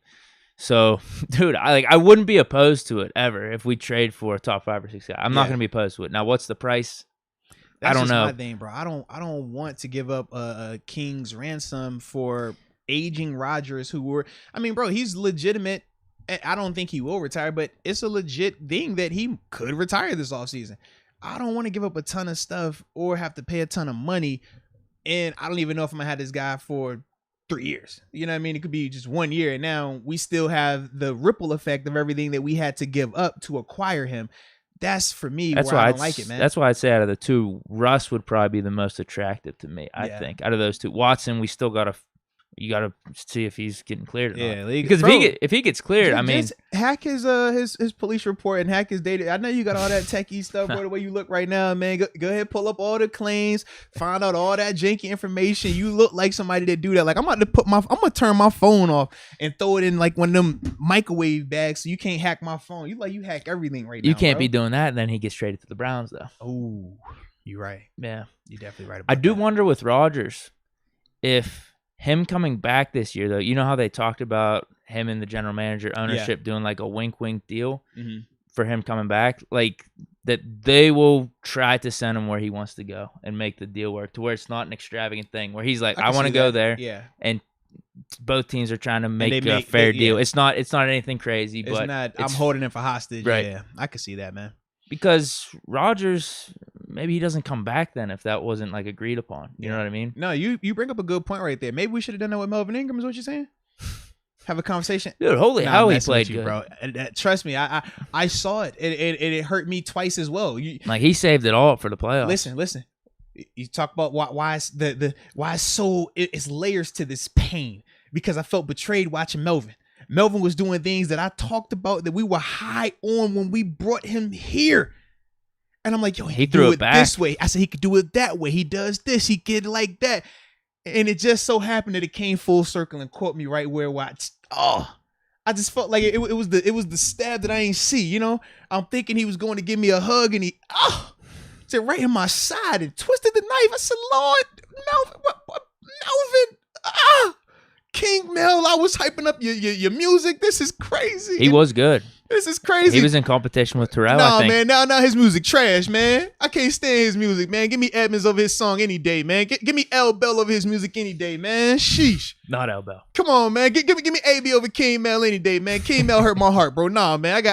It's personal with King Mel, man. King Mel, when I see you, I don't want no problems because you probably you like you one of the ones. I don't want no problems with you. But I'm gonna talk greasy about you on this show today because that hurt. Because I was saying to myself, like, it was times this year we could have used you when we traded you, man. And then I'm watching, I'm like, Mike Tomlin, if you would have kept him as a hostage, I wouldn't be having to watch him kill us right now. I'm sorry. I digress. Oh, it's all good. I'm back now. You got to let it out. I'm grieving. It's a get it off your chest Monday. Yeah. Okay. I just didn't call. I just, I was like, I'm just talking the mic. With chest, bro. With chest. As I proceed, Antoine Jackson, sorry. He just says sorry. He just says sorry. I appreciate you. From the heart, I appreciate you. Because Melvin, that sorry going to carry over. Because what Melvin was doing yesterday, man, I'm just like, bro, this is why we wanted you. This is what we knew you could do. This is what you did in the Buffalo game. This is what we knew. If you just stayed here, we said, man, you're going to have a moment, man. You're going to have some games. We're going to need this. And instead, he left us. It's all good. Let's go, UW. So we're going to talk about the taunting no call on Tyreek Hill. It's a good no call. I ain't going to lie. As much as I hate to say it, it's a good no call, bro. If you call that, man, I'm livid. And you know who I was rooting for in that game. It probably is in the rules. I mean, that's the reason the rules were made, right? Him doing that. That's how it all started. Because remember, he did it to Winfield in their regular season game. And then Winfield came back, Super Bowl, did it to him. And then the whole Brady thing. That was the whole purpose of it. Absolutely. So it was so fitting that he would be the one, but it was just so tough because it's like, bro, the dude is in front of you. How are you throwing up the deuces and the guy is in front of you? That's some other world confidence right there. And it's not like we playing rec. It's not like it's high school. It's not even in college, bro. In college, I ain't gonna lie. In college, a lot of us NFL players, we do some arrogant stuff on the field in college. We just know, like, he don't stand a chance. This the NFL. You don't get that often. At the NFL level, it's like, bro, it should be. You got to be, you playing your hardest service. Man, my man's, I'm out of here. You have nothing for me right now, bro. Like I said, I tip my cap. I hate it, but I tip my cap, man. What's his case for it not being a taunting call? Saying I use it as a distraction. No. Maybe you could say that. His case is, I'm that guy. It was so epic and it belonged in that moment. And if I'm Roger Goodell, I'm saying, you know what, Tyreek, as much as I want to stand for this value and this brand, you're 100% correct. Don't even worry about a fine. I'm not even fining him, bro. I got to tell you, it was just that dope, bro. It was that dope of a play, man. Yeah, that would have been egregious. Yeah. I'm like, yo, you man, and taking points off the board at that part of the game, too. You can't do that. You can't do that, man. No. Yeah. At the end of the day, it didn't matter. Yeah, it didn't. They came back and scored anyway. Absolutely, man. Absolutely. All right, we got Brian Shurin. Brian Shurin says, crazy stat for Josh Allen. Oh, it's one of my favorite stats, actually, Deke. I think you'll love this. 12 incompletions, 9 touchdowns. Is that for the playoffs? In the playoffs. He's had a good run. 12 incompletions, 9 touchdowns. Yeah, that is... I don't know too many quarterbacks that had that stat. Do you know any quarterbacks that had that stat? Postseason 12? No, I was just checking. Right. I don't want to say it. It's all good. I was just checking it. I just care about Super Bowls. It's all love, man. Hey, I do too, man. I like. Oh, this your boy here. You ready for this one? Right. Moises. What do you say? Moises Sambrano. You know we can't wait to talk to you, Moises. I love talking to Moises, man. I ain't even gonna ask that question right now. Let's just focus on Moises over here. All right, Bills mayor talk crap about the Chiefs or about the Kansas City Chiefs and Patrick Mahomes to hold on, boy, you threw me all the way off. All right, the Bills mayor was talking smack on the Chiefs and Patrick Mahomes too, and he says, "Look what happened to the Bills." Man, I was so thrown off. I didn't know the mayor was before the game.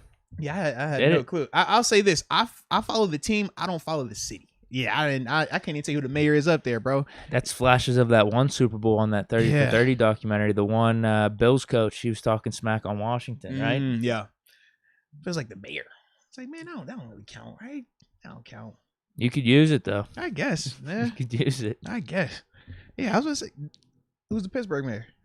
I don't even know these days. Oh, I was just checking. Wasn't it Peduto? Is there someone new, though? I don't pay attention enough. So, do you even know? I was just making a point. Well, I was going to say, if you don't even know the Pittsburgh mayor, then yeah, you probably don't know the Buffalo mayor, right?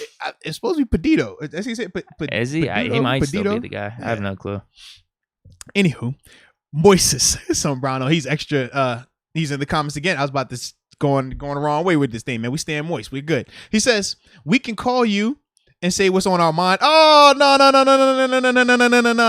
Cause see, I see your energy right now, Moises. You done spent the block and now you hit me with the Bills. Take that L train with like 30 L's up here. Yo, Moises, man, you had me. Now I'm dry. I ain't Moises no more. All right, we ain't Moises in here no more. Okay, you done dried it up. Okay.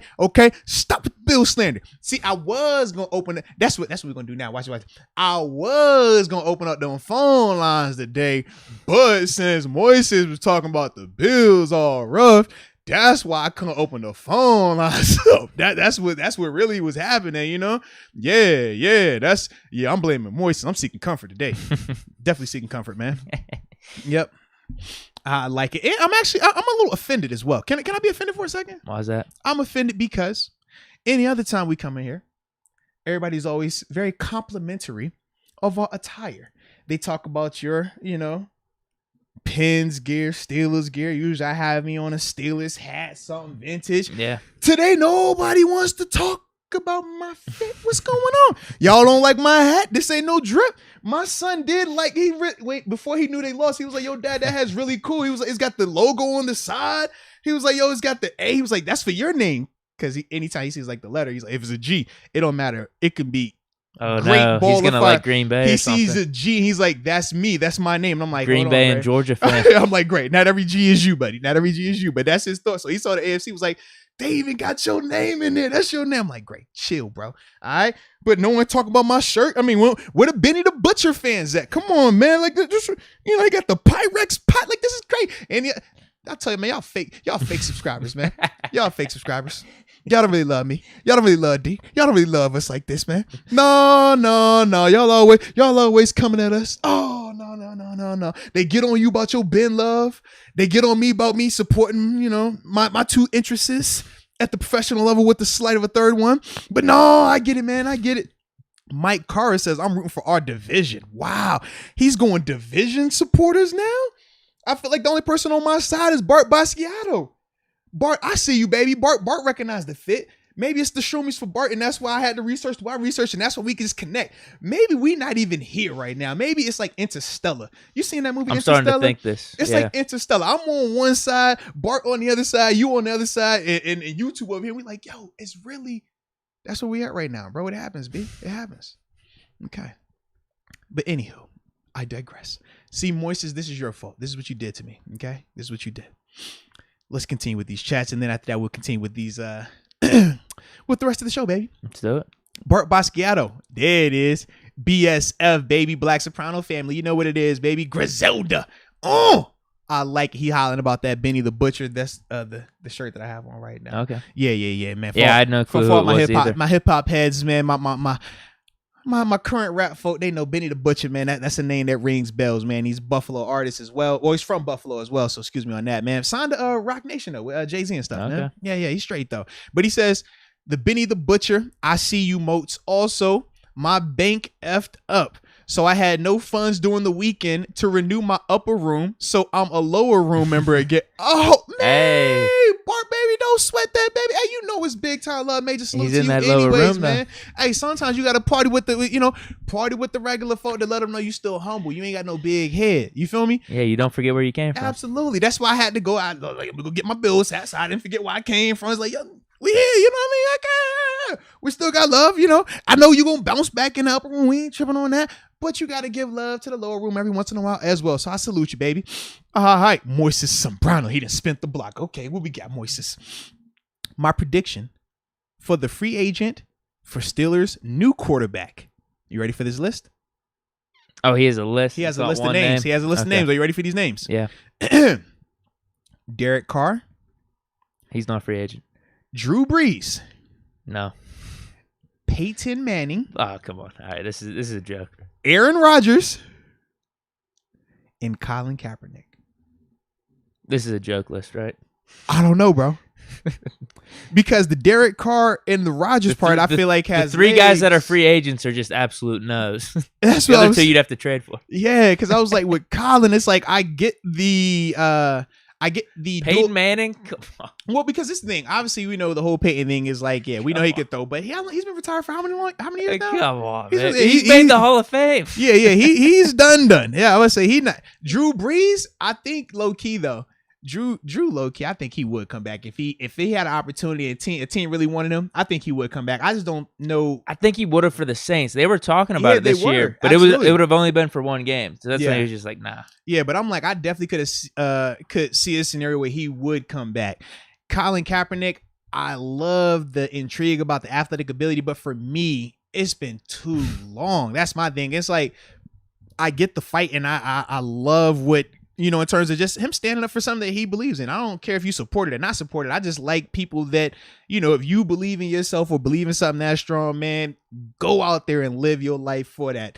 We feel strong about YouTube and, you know, providing content. So this is what we do. Some people want to be activists. Some people want to be entertainers. Like, it's cool. Like, if that's what you want to do, do it. But the end of the day, for me, when I just think of the last time that he was on the field, it's been so much time. The game evolves, the speed, how you see stuff, your talent diminishes the longer you are away from this game as well.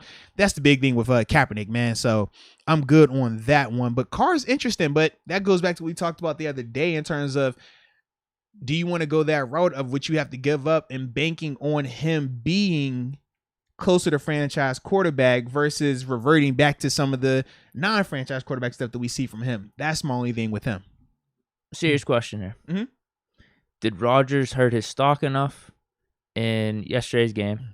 Combine that with if there actually was a deal before the season of they'll send Rodgers to whatever team he wants to go. So they're kind of strapped. The Packers are kind of strapped in terms of how big the deal could be. Yeah. Who do you think has bigger trade value, maybe?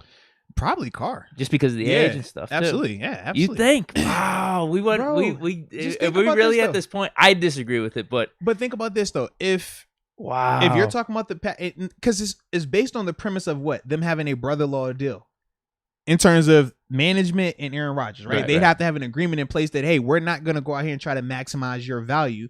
We're going to take a deal that we can facilitate where you're going to go where you want to go, but we still feel like we get something out of it. Right. That's governed.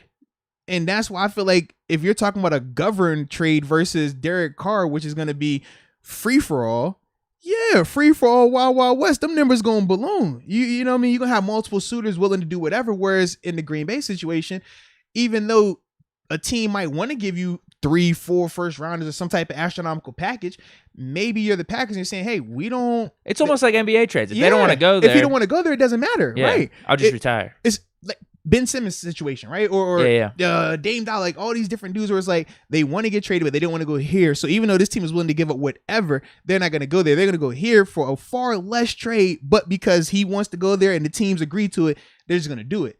That's why I'm like, if that's the mindset, and it's like I said, it's solely based on that premise though. Because if that premise is taken away and we're just going, hey, get what you can get. I do wonder because of the age and then just the most recent game, you know how we do that type of stuff where, oh man, Rodgers, he couldn't perform in the playoff game. I wonder if his stock dropped enough to that even. Yeah, I don't talk about his value decreasing because of performance. It's just solely based on if Green Bay and him have to have some type of agreement where, hey, I'm going to send you wherever you want to go, regardless of how robust of a market yours is. Like, that's the part that makes it a little bit different. Whereas with Carr, the Raiders, they're not going to be saying that with Derek Carr. They're not going to say, hey, we're only going to move you certain places. It's like, nah, if they get a deal that comes in and it's like, yo, that makes us feel good, they're going to do that deal regardless of what Carr says. Whereas with, like you said, with Green Bay, that very well could have been the situation because he did not look like he was coming back.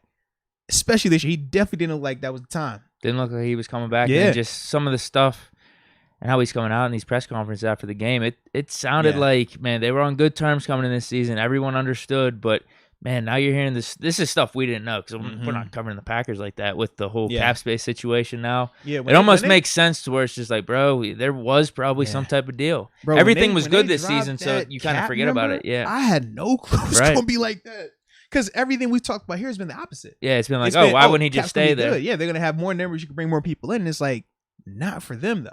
Right. Yeah. They're like in our situation last year, essentially. They got 2 big guys they got to bring back, though. Rodgers and Devontae. All right. Next up, we got Damon Brown. Nowhere close. This is the last. I think this is. Am I? I just want to say that the chat. Nope, that's not it. No, I just wanted to say to the chat, I've thoroughly enjoyed. Okay, let me read them out here. Yeah, man. Let's do this. Let's get after it then, man. Sit back and drink my. Just want to say the chat. I've thoroughly enjoyed these comments at Deke's expense. I have too. These are great. Thanks for being a good sport, Deke. Laugh my ass off. Yeah, these are great. Thank you. I definitely like that, man. These are hilarious. I honestly might look back on the chat and like screenshot some of the best or something. These are pretty funny. These are hilarious. All right, we also have an upper room member. Let me shout him out real quick. You're good. Okay. Alexander Watson. Alexander Watson. Welcome to the upper room. Yes, indeed. Yes, indeed, baby. I like it. Travion Sanders. I don't know if that's the right spot. Jumped a little bit, but I got you. Okay. All right. Moises Sembrano. He's back in the building. He says, please read 4 of my super chats. I think he was saying that before we had just read all that off, but we did just read all that off. Yeah. Even though you was coming at me a little bit in the Bills. I was about to say my Bills, but I feel like I got to be a little careful today. Actually, I don't. You see what I got on, man. It's our Bill. Deke said he was an honorary Bills before. Listen, I got receipts, guys. Deke was texting me before the game. He hit me with the, hey, yo, man, you sitting up 3-0 right now, man. You looking good. I was like, yo, Deke, bro, why you trying to jinx me, man? Just chill, man. Like, he's like, nah, I don't mean it like that. I'm rooting for your guys tonight. I'm like, what you mean? No, I never said that. I was like, bro, what you mean? He was like, there's getting stuff added to the story. I wasn't rooting for anyone. Deke definitely said, yo, you 3-0 right now. Everything looked good for you. And I was like, don't jinx it. Did I not say that? I said that, right? I could pull it up right now. Did I not say that? I said that, you said don't jinx it. I don't know. I said don't jinx it. And then you said, nah, it ain't like that. I'm for real. Like, yo, y'all look good. And I was like, well, you know what? Deke, I got love. But he's like, man, you know what? I'm honorary Bills today. And I said, you know what, man? You were honorary Bills too. Then I agree with you. That's what you said. I said, I agree. And then we kind of laughed it off and we just left it alone. So it's okay. You over here trying to deny. You trying to deny some factuals because we only are fact based. We're fact based. Should I pull it up? Why you being extra? Don't be extra like that, bro. Come on, bro. You can pull it up. I ain't never scared. You know what I'm saying? Bro. All I'm saying is, Deke, did you not say, yo, you sitting there 3-0, and did I not respond back? I wasn't talking. Trying to jinx it? I wasn't talking about the Bills. I was saying like on your pick. And then you was also like, yo, I ain't gonna lie, I like y'all tonight. No, I never said this. I never said that. Yo, no way. Deke, you definitely said I don't know if you're actually messing with me or not. You didn't say that, Deke? No, I can put my hand on the Bible right now. Oh, my God. You don't even like the Bible. You said you're not even religious. No, you want to put you on the Bible. This is crazy. The Bible's got some good lessons, man. I'll pull it up on my MacBook, actually. I'll pull up the virtual Bible. Oh, hand to God. The virtual Bible. I can pull it up. Should we pull it up? Look, man. Because you said the honorary Bills fan. I was like, hell no. No. You said it first. And I was like, because you was like, yo, I'm an honorary. And I was like, honorary. And I said, honorary Bills fan. And then you was like, yo. And I was like, all right, you know what? You're an honorary Bills fan then. And he was like, ha ha. And I was laughing back. And he was like, all right, nah. And I'm like, nah, you already said it. So it is what it is. You locked in, bro. Oh, man. You said it, bro. It's all good, man. This story is interesting. I don't know. What do we do about this? You just got to let it ride, man. Let the people believe who they want to believe. Okay. It's like a jury, I'm fine with that. Yeah. We presented the facts. Let the jury be the, We'll let their verdict. Yeah, y'all tell us the verdict, but I think they're going to believe me, man. We could do the screenshot thing. No, we ain't going to do all that. That's so extra. That's so unnecessary because people going to see it and be like, oh, y'all talking like that. And then they might see something like, oh. So just to keep everything clean, you know what I mean? I don't want our private conversations being put out publicly like that. But you know I was telling the truth. Knight Rider brings it. He says pull it up. I might should pull it up. We gotta pull it up. I'm gonna pull it up, bro. Because you want me to? No. He said pull. I'll pull it up. We're not pulling it up. I'll pull it up. All right. I know I got the truth on my Here, side. bro. I got you right here, bro. I'm reading right here. Put it down. Wait, I'm not allowed to pull mine up. No, bro. This is right here. It says everything clear. This is you right? Okay. All right. I just need to make sure it's being read right. You Let me just bro. Put it down, man. Put it down. Let me make sure it's getting read right. Bro. Put it down. Let me just read it. Can I just read it? I'll let I just you want to read it, bro. Let me just read it. All right. We get to. I'm not gonna look at my phone. Sleep it I can rebuttal yes or no though. Yes. Because we had a lot of texts this weekend, so I'm just getting through it. Okay. Some audio texts. Okay. I see some film covers. Shout out to that. All right. Talking some UFC. Okay. Here we go. Stafford eyeball emojis. That was from you to me. That was from me. Yeah. Holy blank. That was from you to me. I mean, from you to me. Okay. Did I say that? No, yeah, you said that back to me. After Stafford. Yeah, I was like Stafford with eyes. He was like holy blank, and I was like a signature moment. Then he says, "I'm goose egg on the picks. So far 0-3. LOL." Yeah. I say, "Yo, stop trying to jinx." Yeah. And then he says, "You right. You know the only game that matters is about to start." I never said that. You. This is getting lost. This is getting lost right there. God. Deke, you said that. Deke, this is getting lost. Deke, I'm goose egg on the pick. So far 0-3. LOL. Stop trying to jinx. Then you respond back. You know the only game that matters is about to start next. Then I said, haha, you right. But it's been a good record games nonetheless. Then you say, so you ain't said ice. So I didn't say it's been a good record games nonetheless. I don't think that was you. I don't think I said anything about the only game that matters is next. Bro, I think you said that. Actually. I think you said something about the only game that matters. Deke, I'm reading I'm reading the tweets verbatim. Then you say, oh my God, you said right here, yo, I'm like an honorary Bills fan. No, see, this is where this loses everything. You say you're an honorary Bills fan, and this is why I corrected you. I said not a Bills fan. I said you're honorary Bills mafia. But then I said for the next 4 hours only. You laugh. You said you put the ha, and then after that, I was like, no. I laughed back, and then you was like, all right, H&R, I'm joking, and I'm like, and then after that, I just laughed and I left it alone, and then the next segment's about the overtime rules. Come on, bro, I just pulled it up right there, man. Y'all know I ain't got a lie here, bro. I just pulled that thing up, man. I got the receipts, bro. Y'all chill out, man. This is an alternate universe right here. That's not what we said. I think you're right. If I bring the actual version, is that extra? But this is alternate. This is Inception type of stuff right here. Fact based, bro. This is maybe a Deke multiverse, but not the Deke in this universe. This is the. Yo, did I see where he put it? I think he bought a house. No, he put his house up for sale. I think he put his house up for sale in Pittsburgh. What was that? Was a Deke moment, right? Yeah, it was. I swear that's out there still. Bro, I still don't know where I don't know where you saw that at, bro. No, this was a real thing. Like the text shows that, bro. Words like would never be uttered out of my mouth. Why you coming up? Mafia. Come on, no, man. You didn't say Bills Mafia. You said Bills fan. That too. No, I corrected you and said Bills Mafia only for 4 hours because I know you're not a real Bills fan. You're a fake Bills fan. So I get it. That's why I was like, yo, for 4 hours you could be Bills Mafia. I got that. Bills enemy, actually. No, man. Yeah, it's become that a little bit, man. But bro, you definitely said it, man. I don't know if I could just let this multiverse slide. What are people saying out here? Who do they believe? That's the question. That's the question. I think. They're giving you an out. They're saying that it was because maybe you were under the influence of White Claws or other, things. All right, we got someone supporting me. We got Deke. I don't believe Moats. I find it hard to root for another team. LOL. So me and him are kind of like on the same wavelength. Yeah, there's no way. He said only Stoogie McLean. I'm saying this. I'm a Deke truther. I'm liking this. Deke truther. What? So I don't need to pull up. I don't need to pull it up because I got people that believe me. I got people that support me. Listen. You're lucky. But we got to stop the show for a second. We definitely had some of this pop up. We got to stop the show. Stop the show. Ladies and gentlemen, Keith Chambers just pulled up. Okay. Now, if you notice at the top of your chat.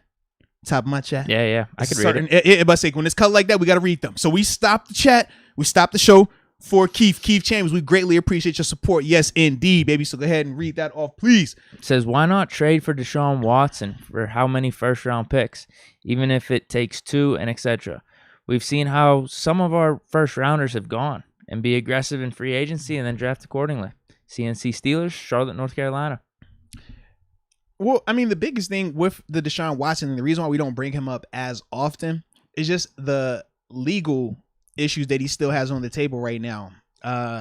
Granted, he's not arrested or anything like that, but bro, that's a ton of accusations that still haven't been put to rest just yet.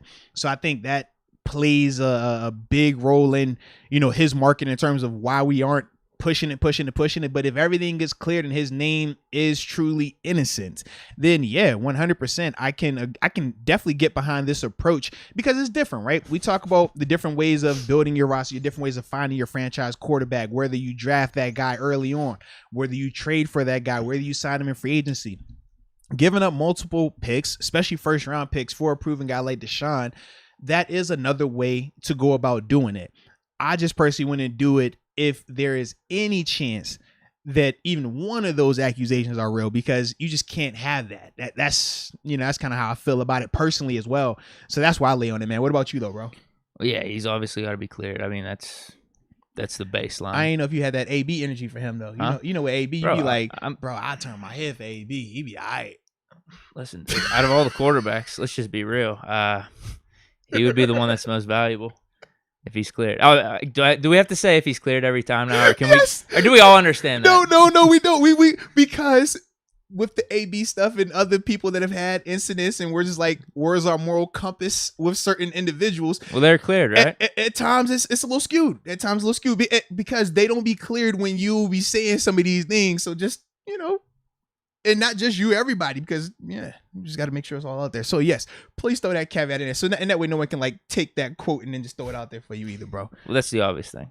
Yeah, if he's cleared, I mean, I think he'd be the guy to trade for. Actually, he does. I mean, between him, Rodgers, Russ, Carr, any of those guys. If you're making a trade, what's he, 26, 27? Yeah, you got your franchise guy then. I think he's 26. Yeah, so younger than Russ. He's young, bro. Younger than Russ. Still really good. Let me see how many. He does have some piss poor playoff performances, though. I will say that. With some piss poor teams as well, though. We got to talk about that as well. That's fair. But I mean, how they lost to Kansas City, that was pretty bad. True. A lot on the defense, sure, but offense definitely wasn't the same in the second half of that one. So he's 26. He'll be 27 in September. Yeah. Yeah, if he's cleared and everything, I could see why you would trade for him. Like, it's not something like I'd be complaining about. No, not at all. Because I mentioned it early on. I've thought about this more. If you have the guy, it elevates other people around you, and you could be more free in free agency, drafting, taking chances, maybe even bringing in guys that will take pay cuts. Yeah, like that's the difference one of those guys makes. No, 100%. If cleared, I mean, how many times we got to say it? If cleared, I like it. I like it. Let me see where I'm at on these chats. That was Keith Chambers. Jalen Johnson. Nah, you a little down. You a little down. Okay. All right, we good. I got you on the front end. All right, let's go UW. He says, did you guys watch the Pens game yesterday? Jari is playing out of his mind, and y'all wanted to run him out of town. No, Jari has been playing well, man. I know you've been following him a lot more intimately than I have. Yeah. I've recently started tuning in, watching him a lot more. I think I watched, was it the Columbus Blue Jackets game? Yeah. And man, he came in. Yeah, and as reliever. Yeah, for my boy, for DeSmith. Yeah, and then he's been terrible. Yes, but he's been having a go. COVID. Mm-hmm. Yeah, no. Jari's just finally living up to his potential, I think. I watched with that talent. One and the one where they were up like 5-1, 4-1, and then Ottawa, yeah, and they came back. Yeah, that was the other one I watched, bro. And I went back and rewatched it afterwards. It was nuts. Like it's really, that defense though. Yes, like because Jari was still making good saves. He was, but the defense was cheeks, bro. I was looking like, man, this is crazy that it got back to that where it was legitimate. Yeah. It was a legitimate one-score game, man. We're playing a lot of games. I'm worried about we're overworking Jari because of this backup goalie situation now. Because Domingue got hurt. He took a puck off the toe. Dismissed helter-skelter. Because I want to keep winning games. We can try to get that one seed. I don't know how much it matters, though, for like hockey. It's all about getting hot at the right time anyway. But, he's playing awesome. Jari's playing really good. I mean, we got some lucky stuff going with the post and the crossbars yesterday, but same with Winnipeg. It was back and forth. It was pretty much like even quality chances, I thought. But yeah, Jari had some incredible saves. Like whenever they had like breakaways and stuff, and you're just thinking, all right, wow, this defense sucks. We're just gonna give up another goal. He He came through for us. So, yeah, he's playing awesome. Nah, I definitely All-star, like that. deservingly so. I definitely like that.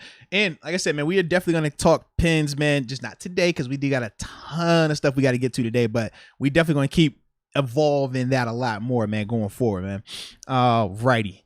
Jamel Smith says, not sure if you guys went over it, but what position do you think we will draft, and who do you like at the position for, or who you like at that position for the first round? So we have not got to that just yet, Jamel. Probably about a week or two, a little closer. Because the biggest thing with the draft right now, we got to get through free agency first, and before we can get to free agency, we got to get through who we are re-signing and letting walk, because that kind of paints that picture a lot more. Right now, off the top of my head, knee-jerk reaction, I couldn't tell you 100% whether I would say O-line versus linebacker or versus a potential D lineman. Just, we got a lot of information we had to cut through right now. The Tuitt situation is another big looming decision in terms of, do you bring him back after everything that transpired this year, or do you turn a different go in a different direction, or does he say, you know what, I want to take it off, I want to retire? Like, you just don't know with that right now. And I think that decision could also have a big impact on where you're drafting, especially when you're drafting some of these players as well, man. His contract sucks. Yeah. Dead cap of $9 million. Yeah. It's a bad situation. I mean, because you pay him like that because you think that he was going to be available to you, but obviously this year, it just, none of us could have really prepared for it. And it's just one of those things that, it just is right now. But that's a part of this conversation in terms of draft and free agency. Right now, you got to make a decision on, is he back or not? Because if he's back, well, maybe you don't feel as much of a need to go and get a D lineman early on through free agency. But if he is not back, you're not going to feel as confident with the group that played out there for the full season with us, especially once Tyson went down. So that's the part. We get Tyson back, but he's still usually only playing 40% of snaps anyway. Yeah. Tuitt would be huge. I mean, defensive line would be shored up at least for this year. I don't know about future because Cam's getting up there, but man, Tuitt coming back would be a big deal for our free agency and draft prospects. We could focus on other positions then. Yeah, without a doubt, man. Without a doubt. All right. Travion Sanders says, a lot of Steelers media bashes the team. I appreciate that y'all are honest but fair when talking about the organization / players, etc. Yeah, Travion, man, we appreciate you acknowledging that. That is something that me and Deke both kind of take pride in, man. We like to, not be biased at times. But at the same time, we don't want to like attack players personally either. We feel like it's one thing to criticize performances, one thing to see some of these, things that we may like or may not like. But I also think that me and Deke, we got a good rapport because it's multifaceted. He can give us a ton of perspective that I can't give in terms of just mentally, like the emotional part of it, the history when you're talking to Steelers. Whereas for me, I'm giving you that player mentality, X's and O's, obviously sharing the locker room, playing for some of these coaches as well. It's a good blend. Whereas when you pair to like just passionate fan people or analytical people or just players, sometimes it don't hit the same. So I'm glad you're here. And that's what we're going to do for you, baby. Yeah. D.D. Smalls, David Dupree, a.k.a. the homie. He's in the building. What up, David? Just talked to you earlier today, too, man. Shout out to you. He be texting. I be forgetting to text back. It's like the worst because I be having like 1,000 things on my mind. But I love, man. You're a busy guy. David's the homie, man. David keeps us flowing. He's a big reason why I remember this 100th live episode. Shout out to him. But he says over 500. Yeah, because it's been deep in here. Okay, we about at 460 right now. It's been deep though, and he says it's only at the time it was about 160 likes. We're about 200 likes right now, but either way, he's saying these guys are working hard. Hit that like button, please. Doesn't feel like work. Let's be real though. It's just fun. We're chopping it up. I ain't gonna lie. It felt like work the first 30 minutes when I was, getting through my Bills spill, But now it's to the fun part. When we got to roasting you, that's when it started to shift for me. I felt real good, and then when I got to call you out about them text messages about you being a Bills Mafia fan, I felt felt great, bro. I felt great, man. I felt great, bro. It's all good, man. I might have to share. Deke, you're not a petty guy, bro. People are questioning my fan. I can't. You're not a guy I'm not. That has to go back and forth. You're just a guy that just, allows the people to believe what they want to believe. That last comment might have done it, though. That might have done it. It might have to be the screenshot. Look. I'm grieving. You know, hurt people hurt people. That's what they say. Is that what it is? Hurt people hurt people. I just need to understand. I'm hurt right now, okay? I have double loss. Remember, this is where you were a week ago, okay? I'm here times 2, okay? 0.5 because I still got that West Coast connection. All right. So I'm times 2.5. Right? It's kind of when you hit the little fast forward button on. He's like, yo, is it 2? Is it 1 speed, 2 speed, 16? Like I'm hurting. All right. So just bear with me. You know what I mean? Like, yeah, you should. Like I said, if your Bills fan card was longer than 4 hours, then you would feel a little bit more. But I saved you. I was like, I'm gonna give you 4 hours just in case because I don't want you to have to go into a dark place. I was like, I'm putting it all on red. Okay, if the house don't go down tonight, man, so be it. You know what I mean? Like I did it, and now I just gotta live. I didn't want you to live with that. That's all. I gotta live with this thing, man. Okay. Yeah. The so screenshot might need to be scared. No, bro, you good, bro. You good, I wasn't going to, but you kept going. I didn't keep going. I just keep going, bro. You good, bro. You good, right? Hey, you know what? We got a show to keep going. We got to keep going on the show. Right. All right, John Milemeister. Shout out to John, and we appreciate your support as well, John. He says, I lost my first 3 babies in the last 2.5 years. Kanan, Kingston, and our 3rd baby. You guys have been one of my favorite distractions during hard times, and now I'm in the hospital with my wife about to deliver our girl Lily. Love y'all 100. Nice. Nah, man. Big time salute to you, John Milemeister, man. Major love for you and your family, man, especially your wife. Sorry for your loss for your 3 children, man. I know that's got to hurt. I couldn't imagine it, man. But definitely excited for young Lily. And do me a favor too, John. Send me an email, man, to Moats' Winners. Moats'Winners@gmail.com. Man, I got to connect with you, man. But send me something, man. Send just a quick email, just saying, hey, man, it's John. That's it, man. And I'll respond to you in there, man. But Moats'Winners@gmail.com, man. Definitely I gotta talk with you for a little bit, baby. But no, I like that though, man. Definitely happy for you, man. For sure. If you need middle name options, Arthurina, Motisa, Arthurica. Okay. You got some options with that thing. Okay. I know you got John in the first place. You want to go John Thorina. That's another option because I'm kind of in the arena, or, so right. Just if you need some stuff, I got you. Okay. Yeah. Or you can just go Arthur. It's kind of like if you give you like a John or her middle name Lee or Ben or it's Michael. It's like, yo, that's you just named Lee, daddy. Yeah, Lee's kind of common. Yeah. Or Steve. No. I've never heard that. I heard of Steve. I'm trying to think. I'm messing up. Ashley. Nah, because that's more of the guy's side.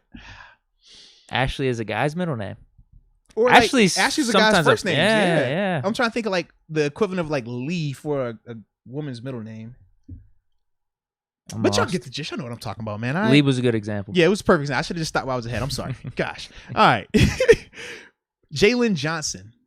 I'm here. Oh, yeah. Guys, there's some good free agent linebackers coming out this free agency. Hey. One that stands out to me is Jayon Brown.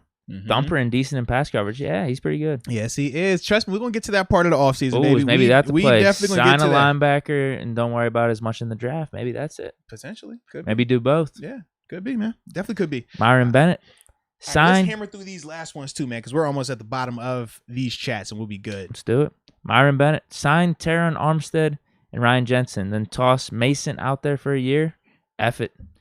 Yeah, so he's in the mindset of don't really bring free agents, do any of those trades, do this year and then see how it plays out. Maybe draft the guy next year. Yeah. I think that's what he's trying to say there. Steeler Nation 412. Would you like Minshew to the Steelers? I'm not opposed to it. Yeah, but the Minshew route doesn't move the needle, but hey. But if you go the Minshew route, that would essentially mean that we're going the route of boasting everything else around the quarterback because his market, I mean, in terms of what it's going to cost, is going to be very similar to what you would get for a rookie quarterback. Anyways, probably cheaper compared, if you're talking about one of these first round quarterbacks, then yeah. Moises Sembrano, he's talking about collabs. Collab with Steel Twins, Chiseled Adonis, Pittsburgh Dab. Pat M. I guess Pat M's Pat McAfee. Okay. Right. I'm familiar with the last two. I'm actually not familiar with the first two. I have to check them out though, man. Just throwing out some ideas, I guess. Yeah, man. I ain't gonna lie, man.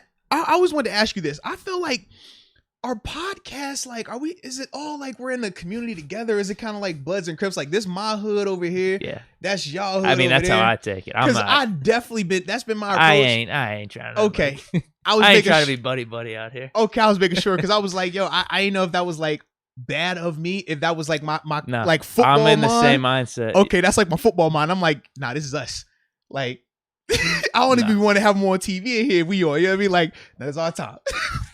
That's how I feel too. Okay, we are the same. Are we both wrong? You guys could let us know in the chat if we're both wrong, but I feel that way. I'm like, nah, I'm all right. Put my war paint on. You know what I'm on, man. Yeah. Let's go, you dumb. Hey. Go ahead. It's like that, bro. Do you want to say something? Stoogie McLean, he definitely says the turf war. He said, yeah. So we repping our set over here, bro. You know what we on. Let's get it. Let's go, you dumb. So with the Giants DC being interviewed, don't take this the wrong way, but I think he's only getting it to satisfy the Rooney Rule. What? Well, wait, we have Terrell Austin though, right? Yeah. So I don't know about that. Yeah, and if I remember correctly, the Rooney Rule is, I think it's still more targeted towards like your head coaches getting interviews as well. I know that's like the big part of it. Now, some of these other interviews that you're talking about in terms of Patrick Graham, who we're going to talk about actually coming up next, part of that can be viewed like that. But as a whole, it does really start with, you know, that head coaching GM executive part of it. Because if you look around the league, there are a ton of African-American or minority position coaches. It's at the head coaching spot where you see the large disparity. It's at the executive spot in terms of general managers, team presidents, where you see a big disparity in terms of just minorities being represented. And that's the real reasoning behind the Rooney Rule and why they've even made alterations to it now, trying to incentivize draft stock on if you interview minority candidates, because that continues to happen at the head coaching and executive level. So kind of similar, but kind of different. That's all. But I like your thought process though, baby. Damon Brown says, this is what makes you so dope. To want to touch base with one of your fans, that is touching. You are a blessing. I'm sure he will appreciate it. Oh, man, no doubt, bro. No, all love, man. It's just, it's certain things, man. What'd he say? Bro. Like, come on, man. Losing 3 kids. And he said, or was it 3? Yeah, he said 3. 3 in the course of 2 years. Bro, that sucks. That's nuts, man. And then you hear like, we helped him out a little bit. That's awesome. You know. Gotta show a little love, baby. Part of the family, right? Part of this podcast respect, family man. here. Absolutely. But that's it for the super chats. All right, so let's get to first thing. Obviously, we've talked about it a little bit. This was the news that came out over the weekend, though. Steelers defensive coordinator Keith Butler officially retiring after 19 seasons with the organization. Was it 5? I believe it. No, is it 5? How many seasons? 7 as coordinator. 7. Yeah, 19 total with the team, 7 as coordinator. Started in 2003. Yeah. So how many years that is? That 2019? I don't know. As the Steelers, or on the Steelers as linebackers coach and that. Yeah, I mean, and you think about some of the names, some of the guys that he's brought in here and developed. Hall of Famers obviously coming up. Pro Bowlers, all pros. Even us middle class guys, off the most, baby. Shout out to you, Butts. You know, baby, I know you know I love you, not love you. But it's guys, you know, when I think of Butts, man, I just think of a guy that, especially at the linebacker position, man, like that dude's special when it comes to like just linebackers. You think about the guys that he's had developed during his time here, man. He is the OG linebacker whisperer. And even as a coordinator, it wasn't the smoothest for him. But at the same time, I don't think it's nowhere near as bad as some of the perception around him is either. Especially when you look at it statistically, man, he definitely has some really good defenses under his tutelage, man. The sucky part is he doesn't have the hardware in terms of he has Super Bowls, but not as coordinator. Mm-hmm. That's the part that sucks, you know. But yeah, for me, man, I love Butts, man. For me, seeing, you know, him at least be able to go out on his own terms, feel happy about it. Everything points to it that he wanted to do it too. It wasn't a let me motivate you a little bit to retire. That Everything happened points with the to quarterback this year, and still not over. What I'm hearing, bro. Yeah. Oh, I'm messing with you. I ain't want to go there. I ain't going there. Is there more coming out that I'm missing? Nope. I ain't going there. I am not going there with you today. No. What, you got some inside scoop? No, bro. I'm grieving. Let me grieve. Okay. Yeah. Hurt people. I'm just saying all type of nonsense, man. I'm hurt. Yeah. So he went out on his own terms then. Nah, Butler. man, but he did though, man. And I definitely like that though, man, because like I said, I just feel like at times he was in a difficult situation here, bro. Like you come after Dick LeBeau, who is arguably one of the greatest defensive coordinators, defensive minds. You know, any success you have is going to be cued or pointed to Coach Tomlin as the coach because he's the defensive minded coach. But anything negative happens, we're never going to point to you and say it was your fault anyways. So for me, man, I just thought that he handled that situation as best he could. And while still developing, arguably one of the best defensive players in the game right now in TJ Watt. Yeah. So you hit on a couple things. One, with him going to DC, you had your high points, you had your low points. Now, I don't think it's as bad as some people think, because I actually did a video on him retiring. A lot of people in the comments, because what I asked the commenters to do, say like, hey, what was like your favorite moment with Butler at DC? Yeah. There's comments saying right now, his retirement. Dadgummit. But no, I don't think it was that bad, because you have the stats where, the 50-plus sacks over 5 seasons. You have some really good moments.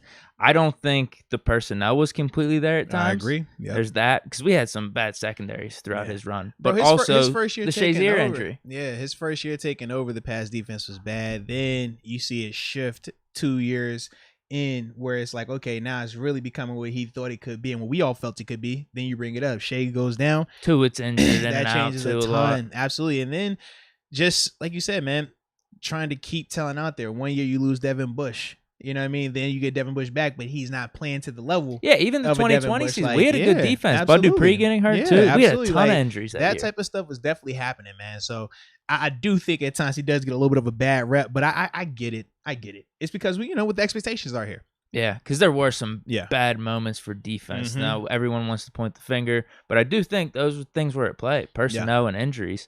But we can't be having those performances like we did this season, like against the Vikings and stuff. A lot of people the first half of the Vikings, you can't have that, but the second half you want that, because that's when you started getting the turnover, you started stopping the run, you started looking a lot better. It's weird because you hear Tomlin in those post-game interviews, and he's like, man, I think we're doing everything right coaching, but we could see the effort from the players sometimes not being completely there too.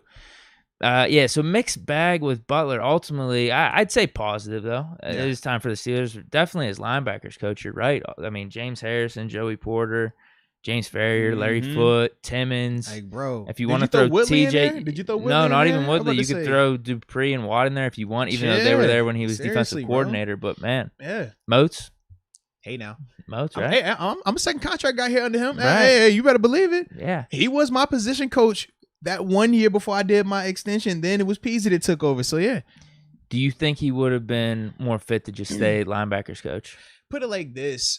We knew that he could go down and be the best linebackers coach of all time if he wanted to just stay there. But for all of us as players, not necessarily me as passionately, because I was still new when I got here after that 1 year, but being around James in terms of Debo, Law Dog, Timmons, right?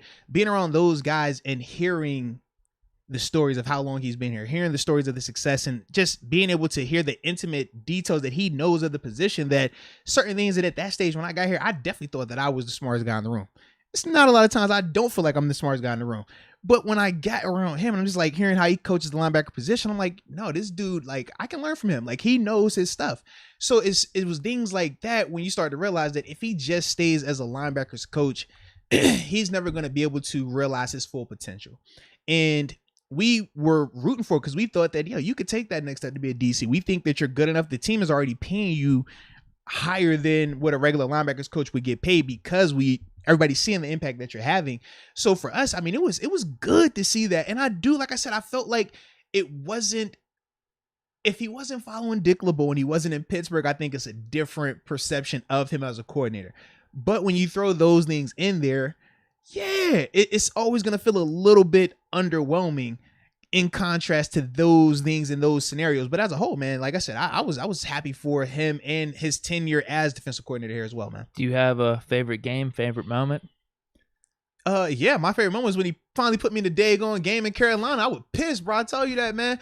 He hit me with the, just stay ready, dadgummit, man. We got Jarvis, you got Worlds over here. I'm like, yo, coach, I don't want to hear none of that. I just met you. Okay, put me in the game, baby. Let me play. Let me do me. I'll make you some money. You let me make me some money. That was kind of like my favorite moment. It didn't come out like that, but that was like my mindset because it was kind of like that. Okay. And it was like that mutual respect. And from there, I felt like our foundation, it was great. And then after that, we hear play 4 years here, obviously personal relationship with them off the field and afterwards, stuff like that. But it started in that moment. It's like, yo, let me play play. Like, I'm not here to just sit, you know what I mean? And at times you got to understand those conversations have to be had, and they happen as best you can have them. But at the end of the day, like, I thought that was for me one of my moments where I thought that we just had an understanding. And then from there, like, I always love just picking his brain though. Like when we're talking on, like, not even on game day, I'm talking like the practice field stuff. So what you see with this, like coverage wise, inside linebacker versus outside linebacker, or how we would have our little heated discussions at the end of OTA workouts and stuff, when he hit you with the, back when I played, it was all about having, you got strong legs, man. You get them strong legs, them quad muscles, dadgummit. That's how you can play all day. You don't get hurt. Get them growing strength as well. I was like, all right, coach, I hear you, bro, but we already done worked out. I don't want to do anything extra. And he's like, no, dadgummit. Then so what you gonna do is this. You gonna grab that 45-pound weight right there. Grab that weight. Yep. I want you to hold it. All right. And now you're just gonna do lunges. Full length of the field and back. It's like, coach, bro, what you talking about? I said, we still have to every practice. Daggone, we never get hurt, dadgummit. We was always in shape. We never got tired. I'm like, coach, and we would just go and have these, like, me, Debo, Law Dog would be pissed at times, but very passionate about these because, like, yo, this is such, like, archaic, but at the same time, I could understand, like, he's just trying to do his part as well. And that was one thing I did like about Buzz. I always felt like he was going to do with it, even if I didn't agree with the method, he would do the extra. He would show that he cared. And for him, when he played, that's how he got on. That's what, that was part of his thing. Whereas I'm like, in today's NFL, we ain't got to do that, coach. I'm going to go hit this leg machine and I'm going to be straight. But it was things like that I always respected about him, because he could easily be a coach that wasn't open to hearing ideas, wasn't open to rebuttals. It's certain coaches, man, you can't talk back to him.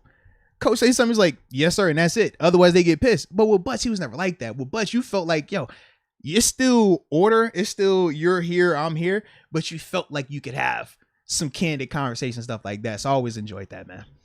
For me, I think it's that Rams game back in 2019. Okay. I look back on it. Our offense gave them 9 points with the botch snap from Pouncey, beginning of the game, plus a safety at the end of it. We won 17-12. It was nuts, and bro. with how abysmal our offense was that year, and how much we needed to keep the streak going because we were 500 going into that game, that defense played unreal. We picked off Goff twice. We had the Minka recovered fumble back to the house, and the big stop at the end when everybody wanted him to give up the touchdown. I even said it. I was like, we got to score so we get the ball back. Bro. This is Madden. This is Madden 101. You're like, no, trust the defense. I'm like, all right, we'll see. And they pulled it off. Bro. I was surprised. But yeah, that's probably my top one. I was trying to look through some other games, but that was probably one that sticks out to me. Yeah, I like his that, time though, as man. defensive coordinator, at least. Yeah, so obviously you could talk about the linebackers whenever he was coaching. I mean, we had awesome performances. I mean, you think about when Debo was on his murderer's road, him and Goodell beefing. Who was the orchestrator of that? That's Buds. That's his baby right there. That's his his little animal he created, man. Yeah, heck Good point. Oh. Now, do we have anything else with them, or is it just more of like looking forward? Because we have another topic, right? Because that was all I wanted to do. Just because, I guess, I put up a little video over the weekend. It was more so give the people a chance in the moment, also give you a chance here to share what you even just shared right there, because we didn't get a chance to hear that, and I really didn't elaborate on personal feelings and stories about Bus. It was more so just the, hey, this is the announcement, he retired. Let me know your thoughts. You know what I mean? So this one was more of like an organic conversation. That's why I definitely want us to have that, because like I said, man, I love Buzz. That's my dude here, baby. Absolutely. Yeah, there's some moments. Yeah, absolutely, man. And he always say, dadgummit. And I learned, that when your hips hurt, you got to bend your knees when you stand a little bit. I never knew that, because when I first got here, his hips were bad. He ended up having hip surgery, but he would stand like weird. And I was like, yo, Buzz, like, why you stand like that? And I told you, but me in 2014, I was like, kind of cool, but kind of like annoying kid, because I was just so happy to be on a winning team and be around these. I'm just like, I'm picking everybody's brain.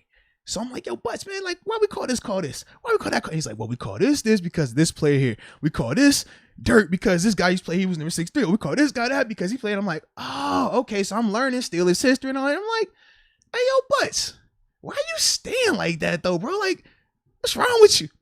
Well, see, dadgummit, what happened, man? My hips, man. You know, I was playing back in the day when I'm on that turf. Dadgummit, that turf, man, that hurt you now. I'm like, yo, Butts, bro, like, but do you gotta stand like that? Just know, this what it look like when you get my age. You gonna look like.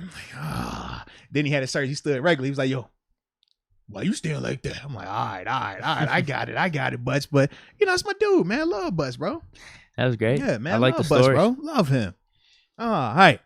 But with that being the case, we also had new news because we have been trying to figure out, okay, when we got the information about Butts potentially retiring or once it became official, who would be replacing him. And we thought that initially it would solely be in-house, nobody else. And remember, we talked about, it was like, yo, I don't care if you do go Terrell Austin because obviously he has some qualifications, but at the same time, we want to see, at least you interview somebody from outside of here, somebody with different values, different concepts, somebody that has no affiliation, and just see, like, maybe you might like them.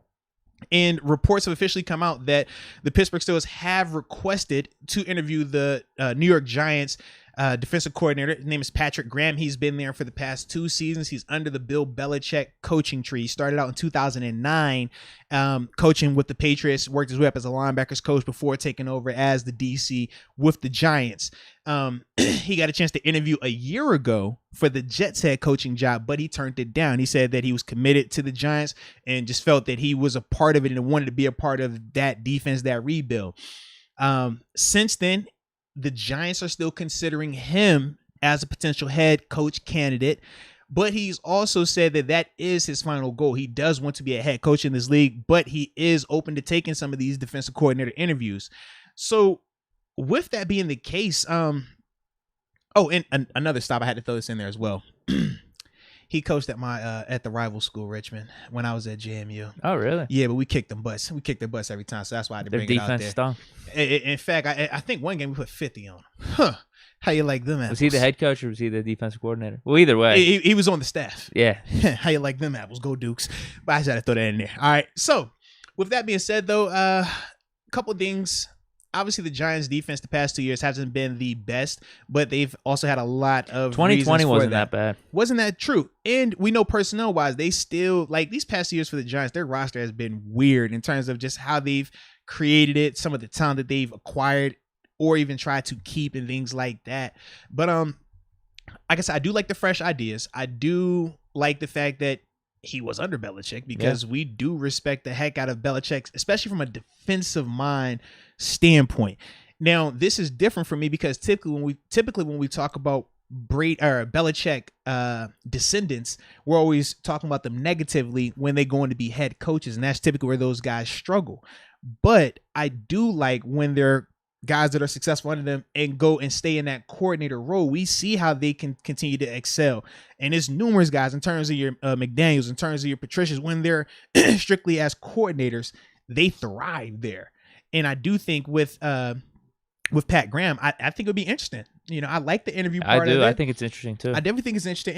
And even if we stick with Terrell Austin, I just like the fact that, hey, Terrell, even though you're qualified, it's like, yo, I just want to, let me just bounce his idea. Let me just hear what he says. Maybe his concepts are kind of with yours, but we like this and this and this that he brings to the table. The unknown, because he is young as well. He's not a guy who's been, coaching for 40 years in the NFL. He's not a guy that has had a lot of coordinator experience, but he's a guy that has been groomed with one of the best coaches that has ever done it in terms of Bill Belichick. So that part for me, I do like a lot. Yeah. But what say you though, man? No, I'm with you. I think it's kind of interesting, especially coming from that Patriots tree. Mm-hmm. Now, he also did defensive coordinator for Miami back in 2019. That 1 year, yes. Now, that team was terrible. And if you, that was the Florida, that was when Flores first got there? Yeah, first got there. And cleaned house. Patrick, Rosen, that whole situation, yeah. Yeah, so it was a weird scenario. If you look up the stats, that defense was terrible. But what I do remember is the last half of the season, like the last 9 games, a lot better. They actually started playing a lot better. Mm-hmm. And it's not like he got fired from Miami. Nah. He jumped from Miami to the Giants to be their defensive coordinator. It was that whole Patriots connection. Well, because Flores down there, Joe Judge. Mm-hmm. So I don't know if that's necessarily considered an upgrade. Maybe he just would rather have been with the Giants, wanted to get that Miami stink off him. But they were considered like a sleeper team coming into 2020 after that like last half of the season in 2019. So yeah, I'm interested. I'm interested for sure because I think that 2020 Giants team may have overseeded expectations in terms of defense, and then Miami that second half of the season did as well. So who knows what he could have up his sleeve. Now, my question to you, and this kind of I asked it. He might want to be the head coach. I don't know if the Giants are necessarily going to offer him, but they are giving the interview. Well, and I was going to say, this is almost kind of rhetorical for me, but when I think of Pat Graham and I think of Terrell Austin, both of these guys, in terms of their DC experience, limited. limited but losing programs in terms of like he's coming from the Giants. The Giants, we're not realistically talking about them in that vein, you know what I mean? Or even the Bengals when Terrell was there, and then obviously in Detroit outside of that first year. I just wonder, and maybe this is just me, or do you feel like this? Do you put more premium on guys that are coming from winning situations versus these guys that are coming from, okay, your defense were 15, 20 times, you know what I mean? And that ain't that range, but we know it was multiple reasons why, whether it was injuries, organizational malpractice, like whatever it is, we know it was multiple variables. Does that sway you one way or the other though?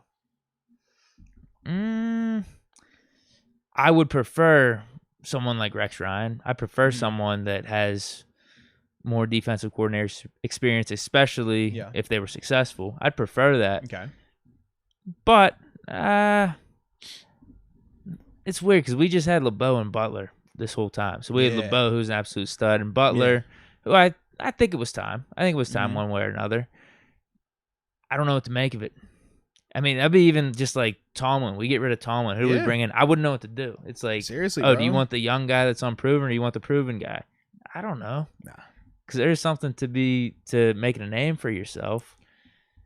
But it's also something to when you take that chance on this guy making a name for himself, and that's the dud. That's the one where it doesn't work out. Now you look crazy. I do want to say I trust Tomlin, but we have the whole Canada situation going on. With the offensive coordinator. So you saying you trust him, but you don't trust him? I'll trust him with defense. I'll trust him with defense up to this point. He said, I trust him, but I don't trust him. Now, you felt more Butler got hired because it was just his time? Yes. Like, you think that was necessarily Tomlin's decision? No, Tomlin played a role in it because, like I said, they were connected. They go back to their days in Memphis. Him, Tomlin, and Randy Fichtner. They were all down there in Memphis together. So, like, it was just time. It was it's no different when if Brandon Hunt or Omar Khan gets promoted as GM in the next month, we're all going to be saying, yo, it was just time. Regardless of if we, truly believe they can get it done or not, they've maxed out where they're at right now. Yeah. And we felt like at the time for Butts, it was like, man, how many Pro Bowlers, how many more Hall of Famers, how many more guys you got to develop? You know what I mean? Like, you're doing it with draft guys. You're doing it with guys that were cut. You're doing it with free agent signings. It's like, you're doing inside linebackers, you're doing outside linebackers. What else can this man do? And that's why we just felt like it was just time. So with that, I mean, that could be the case with some of these other guys, right? It might be tough, too, as much as I do want, like, the former head coaches turn defensive coordinator. Like, Dan Quinn's already trying to take, like, head coaching jobs right now. Yeah. Because he's interviewed, he's had one with Denver. He's going for a second interview as well with Denver. Yeah. So that might be, like, Tomlin might want a guy that's going to be on the roster for the next, on the coaching roster, I guess you could say, for the next however many years, as opposed to, I'm just taking this for 1 year so I can get my name back out there in the head coaching search. But this guy, like you said, he's actually trying to be a head coach, so but see, maybe he might not stick around for that long. But see, part of me, I like that in the sense of that he wants to be a head coach, because right now we said we don't have the successor to Coach Tomlin here right now. Or at least we don't think we do. And we've talked about that. Like some of these other teams, you could tell, hey, that's the guy they're grooming. He's going to be the head coach, in a couple of years once this guy walks out of here. Like, we don't have a guy that we even feel is going to get interviewed for head coaching jobs. And that was the other thing. Whereas good point. With Pat Graham, it's like, bro, you already had an interview for a head coaching style. You turned that down. We couldn't say that about either of our coordinators, Keith Butler or Matt Canada. They were getting head coaching interviews or even turning them down. So for me, I like that a lot in terms of the pedigree element of it. And that's why I'm like, if this guy's getting head coaching interviews, that is a different level of coach that we have not had here lately. Because Terrell Austin, Ike Hilliard, they were the only two guys to get offered interviews for coordinator positions, but no head coaching stuff since they've been on our staff. No other coach on our staff of lately has even been mentioned outside of Pittsburgh. So that's for me where I'm just like, we talk about upgrades. We talk about doing something different. Now, this is more so in the take a chance because he's not as proven. Yeah. And I know that's the weird mix right different now. Element, but this is at least in the vein of where we want to be going. We want to have higher end candidates that at least spark interest from head coach, or at least spark interest from teams as a head coach. That's all we want. Yeah, I'm with you. Is our standards just low now, though, for us to get excited about this? Yeah. Because but this is a product of what the situation. The standard is the standard, right? The standard has been this, so yes, this is the standard. Yes, we get excited for this right here because we don't get to see this often. Because you're right, I don't think we are gonna try to bring in any of these former head coaches or guys with more defensive coordinator pedigrees. I don't. This might be the most exciting thing we got right now. Seriously, bro. Could they shock us a little bit more? Who knows? But yeah, I'm interested. I'm not opposed to it at all. When I first saw it, I was like, oh, wow, so Terrell Austin's just not getting the job. I've never heard of this dude. Giants defense, this is going to suck. But then you look into it a little bit more. You could talk yourself into it with that 2020 Giants defense and then how the Dolphins finished in 2019. For me, talk yourself I think into of those two, for me, it was also that Belichick lineage. Like, because it's like, we get on Belichick and we know, hey, man, everybody want to crown him. We don't crown him the same way. But it's like, the one thing we not going to do is act like he's not one of the most brilliant defensive minds. Like, he got that, you know. And if he's been under that lineage, I think it's intriguing.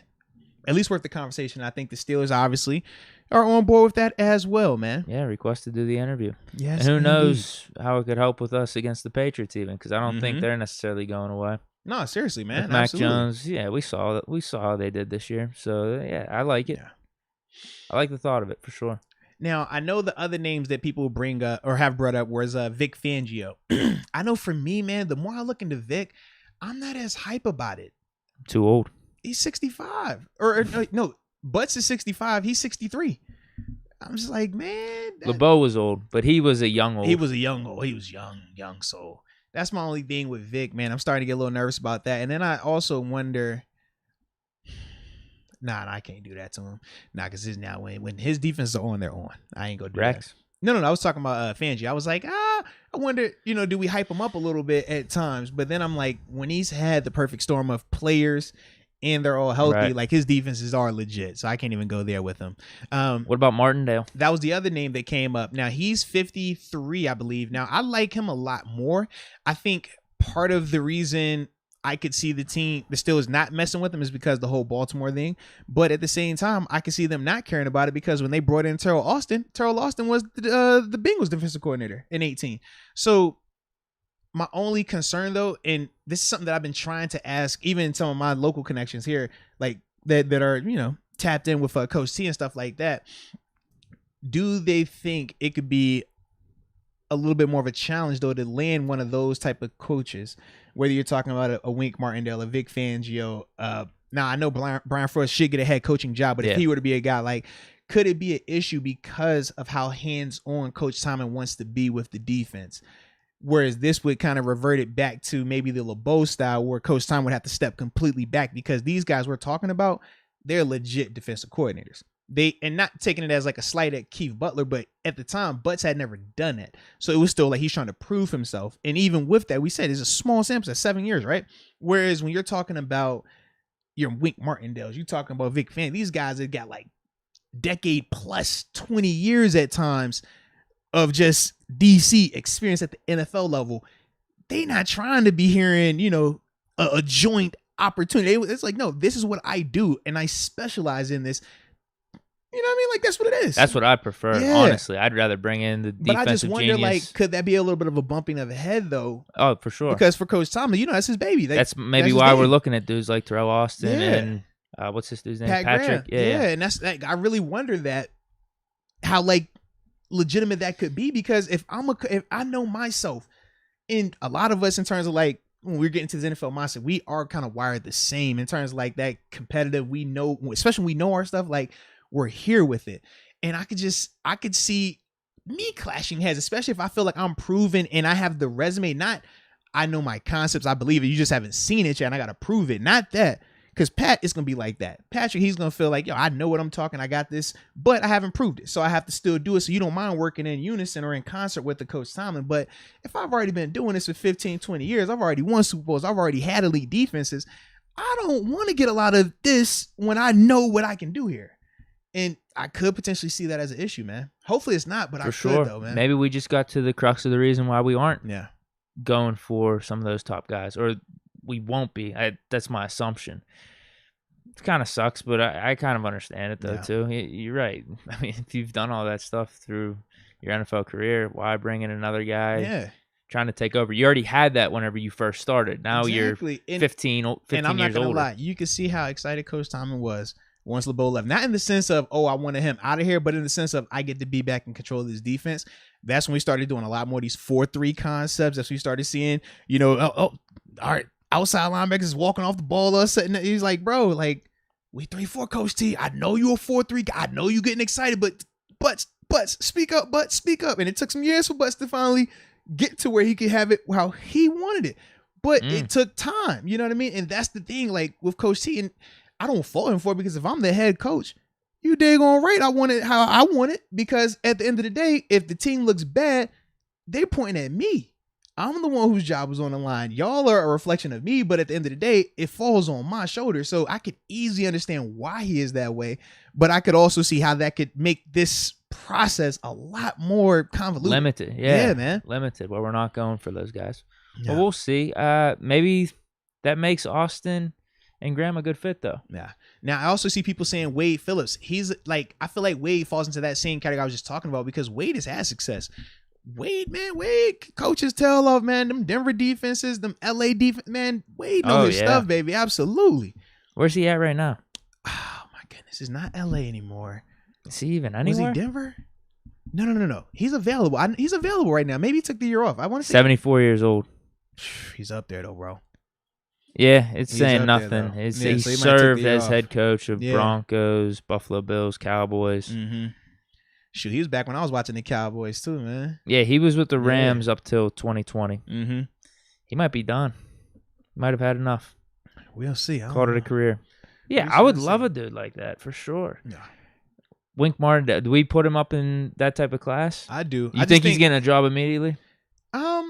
I think if he wants it. If he wants it. Kind of like the Rex Ryan situation. Like if Rex really wanted to come out that booth and just be a DC, I think he could right now. I think Rex was just on that whole head coaching kick. Is he going to do the Gruden route of just like being behind the scenes for maybe 10 years, being a good personality, and then someone will just fall in love with him again? You know that's how it is. Back? Come on now. You know it's like how it is, bro. He was a decent coach, though. I thought he was a decent head coach. He just got himself in trouble too much. What? Because he talks a lot. Yeah. That's the thing. What about his brother? No, hell no. He was terrible, dude. Yeah, New Orleans, he was terrible. Not only them, the Cowboys, he was terrible. He just got those jobs because of his name. He was bad, man. Like, I'm not questioning that he knows football and stuff, but I mean, the execution, defense though, were man, giving up 40 points. Absolutely, you got to execute, man. 40, 50 on the regular, dude. I like it. See, I'm glad that we're not doing that. All right. Do we have anything else we wanted with that, though, man? No, I'm good. I'm interested in Graham, though. At least he's got some competition for Terrell Austin right now. That's my biggest thing. Competition, baby. Just give him a little competition. I would like to see another name or two pop up. Well, I mean, this is better than what I thought it was going to be, though. I thought it was just going to be next week, Terrell Austin. Check this out. Malachi just brought up a great name right here. He says, what about Larry Foote for defensive coordinator? Now, Larry has been down in Tampa the past couple. He was in Tampa when they won the Super Bowl. He was in AZ with me that 1 year, but he was out there before. He was out there with Arians. I don't remember if he went to Detroit this year or not, because I know a good amount of the staff went to Detroit.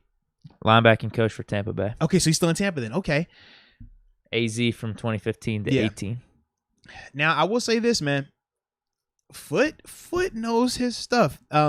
Shoot, I never shared the locker room with him, but obviously he coached me. We were out in Arizona, and he coached me as an inside linebacker because I was during that time frame. Dudes was getting hurt, I had to bounce around a little bit. But no, he definitely knows it, and he still has a very intimate knowledge of what we like to do in terms of just our general concepts here in Pittsburgh because of the success that he had here. So yeah, man, that actually, I low key like that name. He's your top candidate right now. I ain't go that far just yet, but he is very intriguing. Homegrown, obviously. I love where his mind is. Just like I said, from a personal perspective, like he's not one of those guys you got to worry about doing anything to distract the team. You don't have to worry about that with him. No North Shore trips. Nah, none of that. Actually, now you promise you be like good with him, man. And he's a leader too, bro. Like, he just knows how to communicate. I like the fact, in terms of him being a former player as well. That was one of the things that really intrigued me when I was sitting in rooms with him in Arizona. And just hearing how he could communicate player mentality, coaching mentality, and bridge it, because it is a little bit of a difference. As a player, sometimes you just be like, yo, it's easy. Just go out there and do it. I'm just faster than that guy. Just run over him, jump over him, make the catch. And you're like, well, not everybody has that.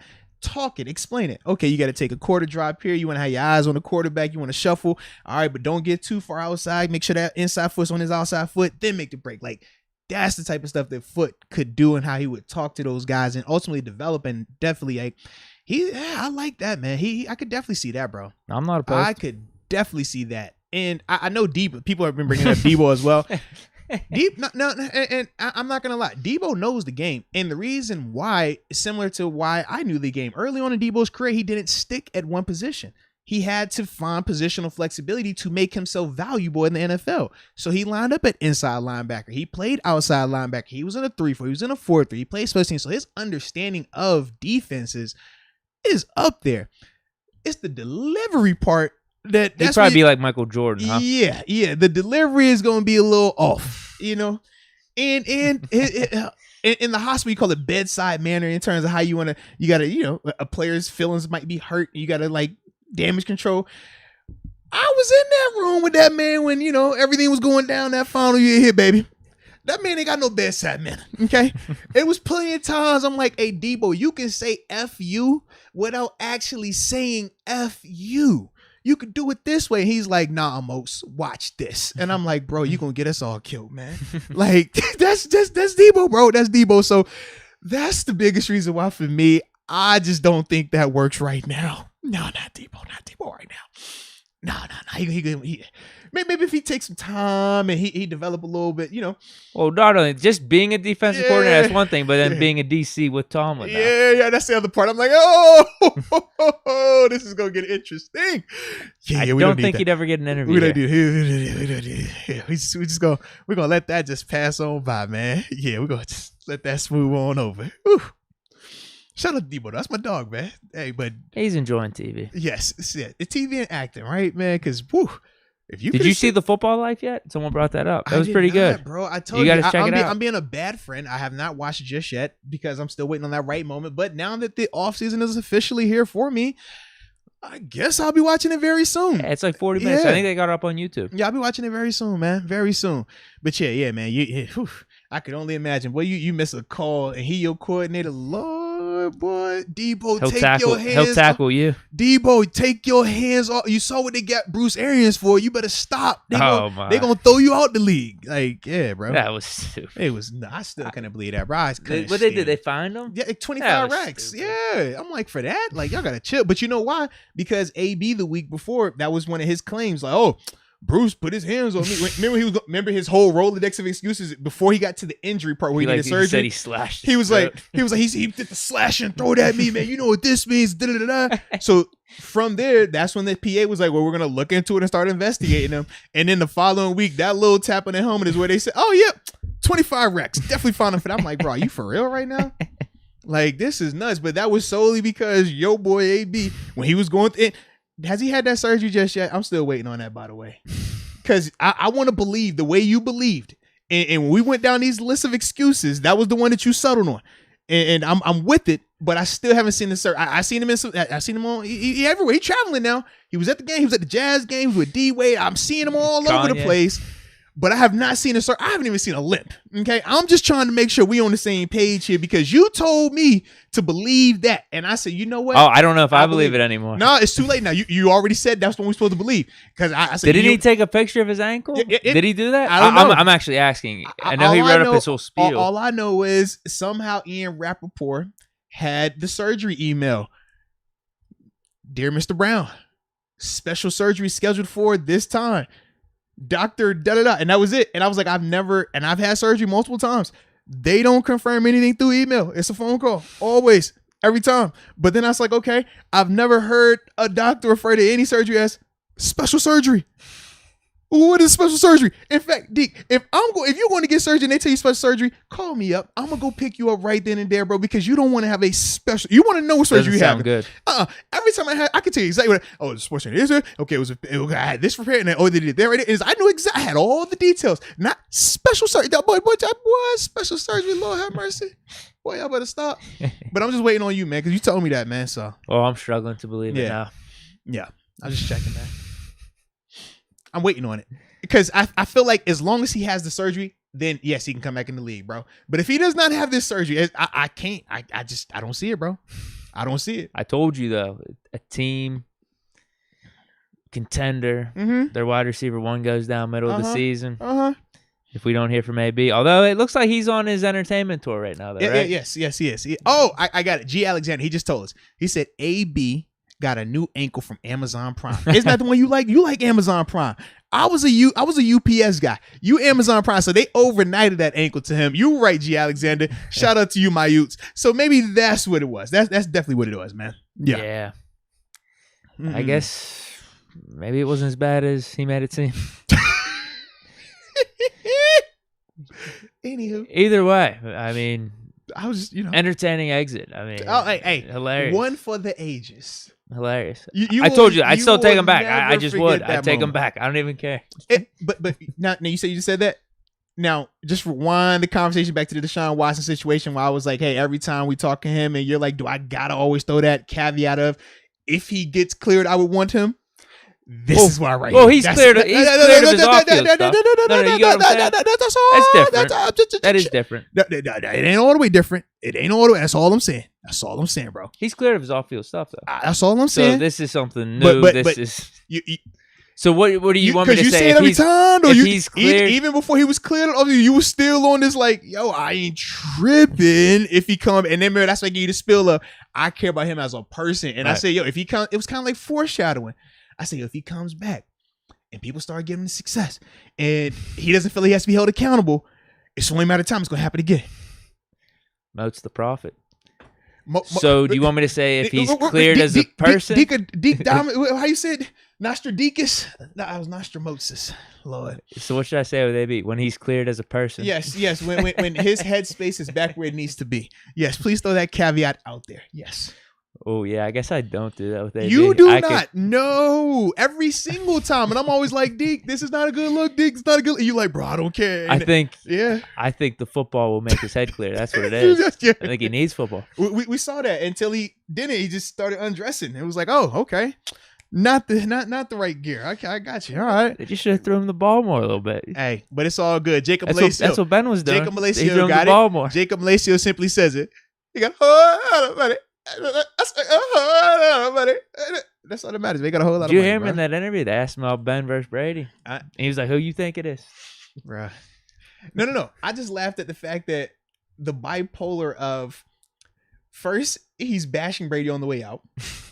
Then prior to the Bucs game, he's wishing Brady luck. He puts a post up on IG. Yeah. And then after the game, he's back bashing. I'm like, bro, do you love the man? Do you hate the man? Are y'all cool? Do you got beef? Like, do you? I just don't know with him. I don't know, but he's just going through his moment. I think during the interview, he was more about talking up himself. Like he was the reason, like that Brady was doing good. He did say that, man. So it wasn't necessarily a shot at Brady. It was just more like he needs me. Maybe that was it. And Bart Bosgatto, in reference to why AB came out of his clothes, he said AB just felt like he was too sexy for his shirt, too sexy for his pants, too sexy for his undershirt. Yeah, maybe that's what it was, bro. And if that's the case, I'm cool. It's all good.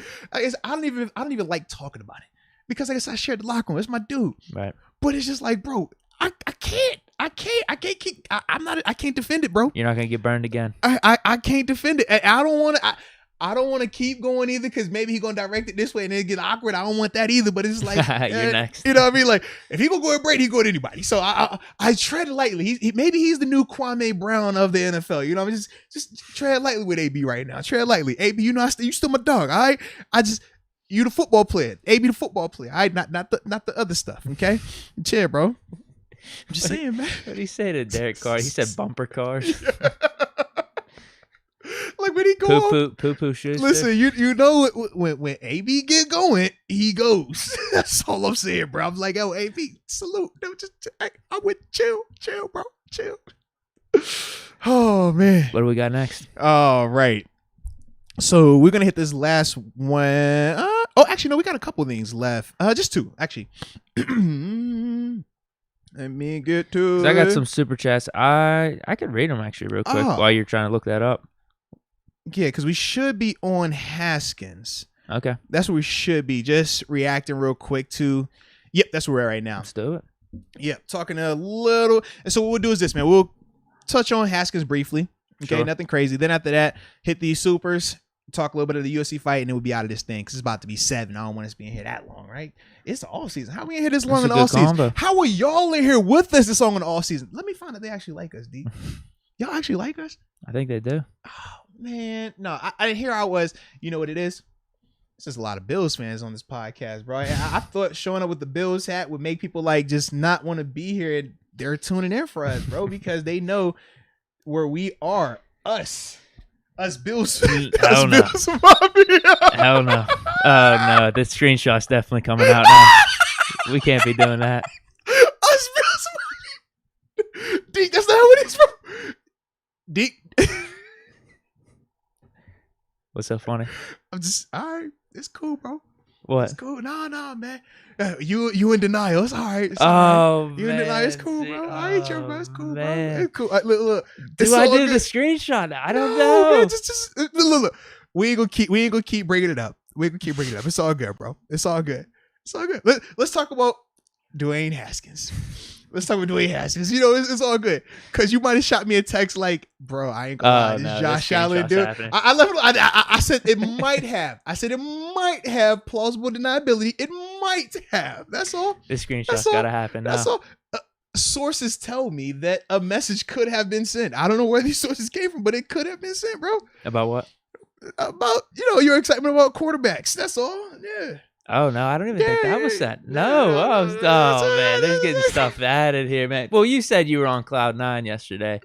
So this might have been your boys. You know what I mean? Yeah. So it's all good, man. It's all good. Yeah, you might be reading the wrong text and thinking it's me or something. Oh, man. Dude. Don Juan even said he likes my hat. He was like, yo, that Bills hat's fire. I was like, yo, I got you, man. I get you. What? What'd your boy do? And, oh, man, I think he went up to the Bills game, the Steelers-Bills game. He was rocking a Bills hat or something. I forget what he was doing. I was like, oh, man. But it was fire, though. It was a dope fit. It was dope. What was he? He was rocking the Pitt guy, right? Yeah. I think it was rocking Hamlin's jersey. That's what it was, because he knows him, though. And he was with Hamlin's family, too. Yeah. That's different, though, bro. That's different. It's tough. It's tough one. But it's different. Like, imagine if somebody, because for him, it's like, yo, I want to say he could have wore the Hamlin Pitt jersey. How about that? But it's his first. It was the opener. It's his first time in the NFL. I think you represent the Not at all. Your first NFL. You see, you ain't never had that feeling, Deke. When you know somebody that got this their first NFL game. Oh my God, Deke. Imagine. I couldn't do it. Imagine if somebody in your neighborhood, you've been grooming 7 years, and you know this kid personally. You watch him go to college. You watch him have success, good day, bad day, and now it's the opener. His first opportunity to live out his dream, and he wants you there. You're with his mom. You're with his family.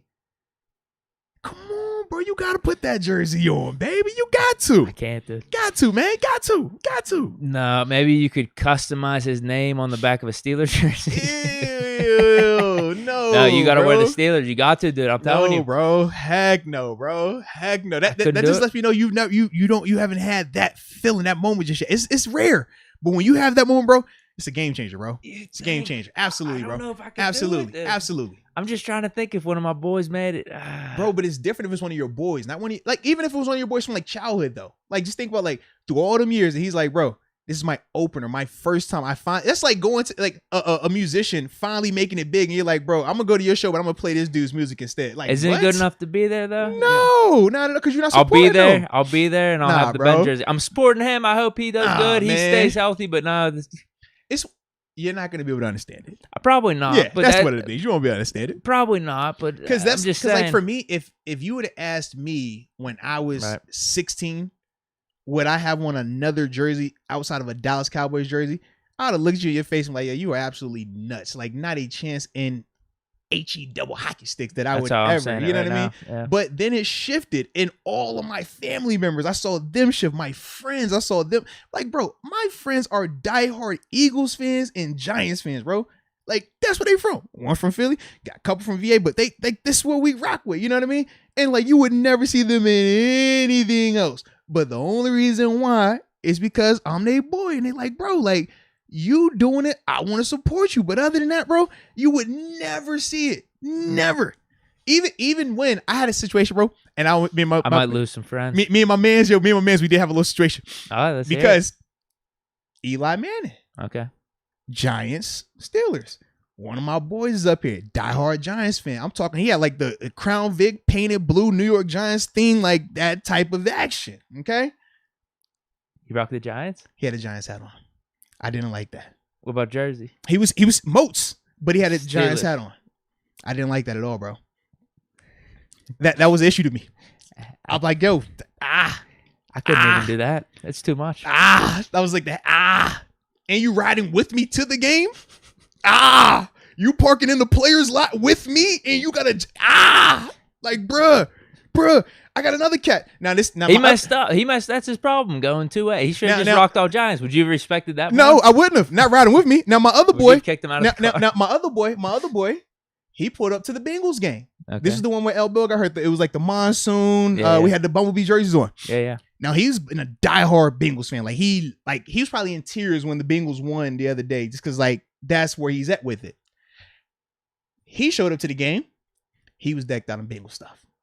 I almost didn't talk to him after the game. See, like difference was he didn't ride. I'd be losing friends then probably. Yeah, difference was he didn't ride with me. But no way, you felt that mad about it. We didn't ride. But my thing is this though, right? Now you're on the field because of me. You down here getting perks because of me. I would see. This is me. You see what I mean? This would be me. No.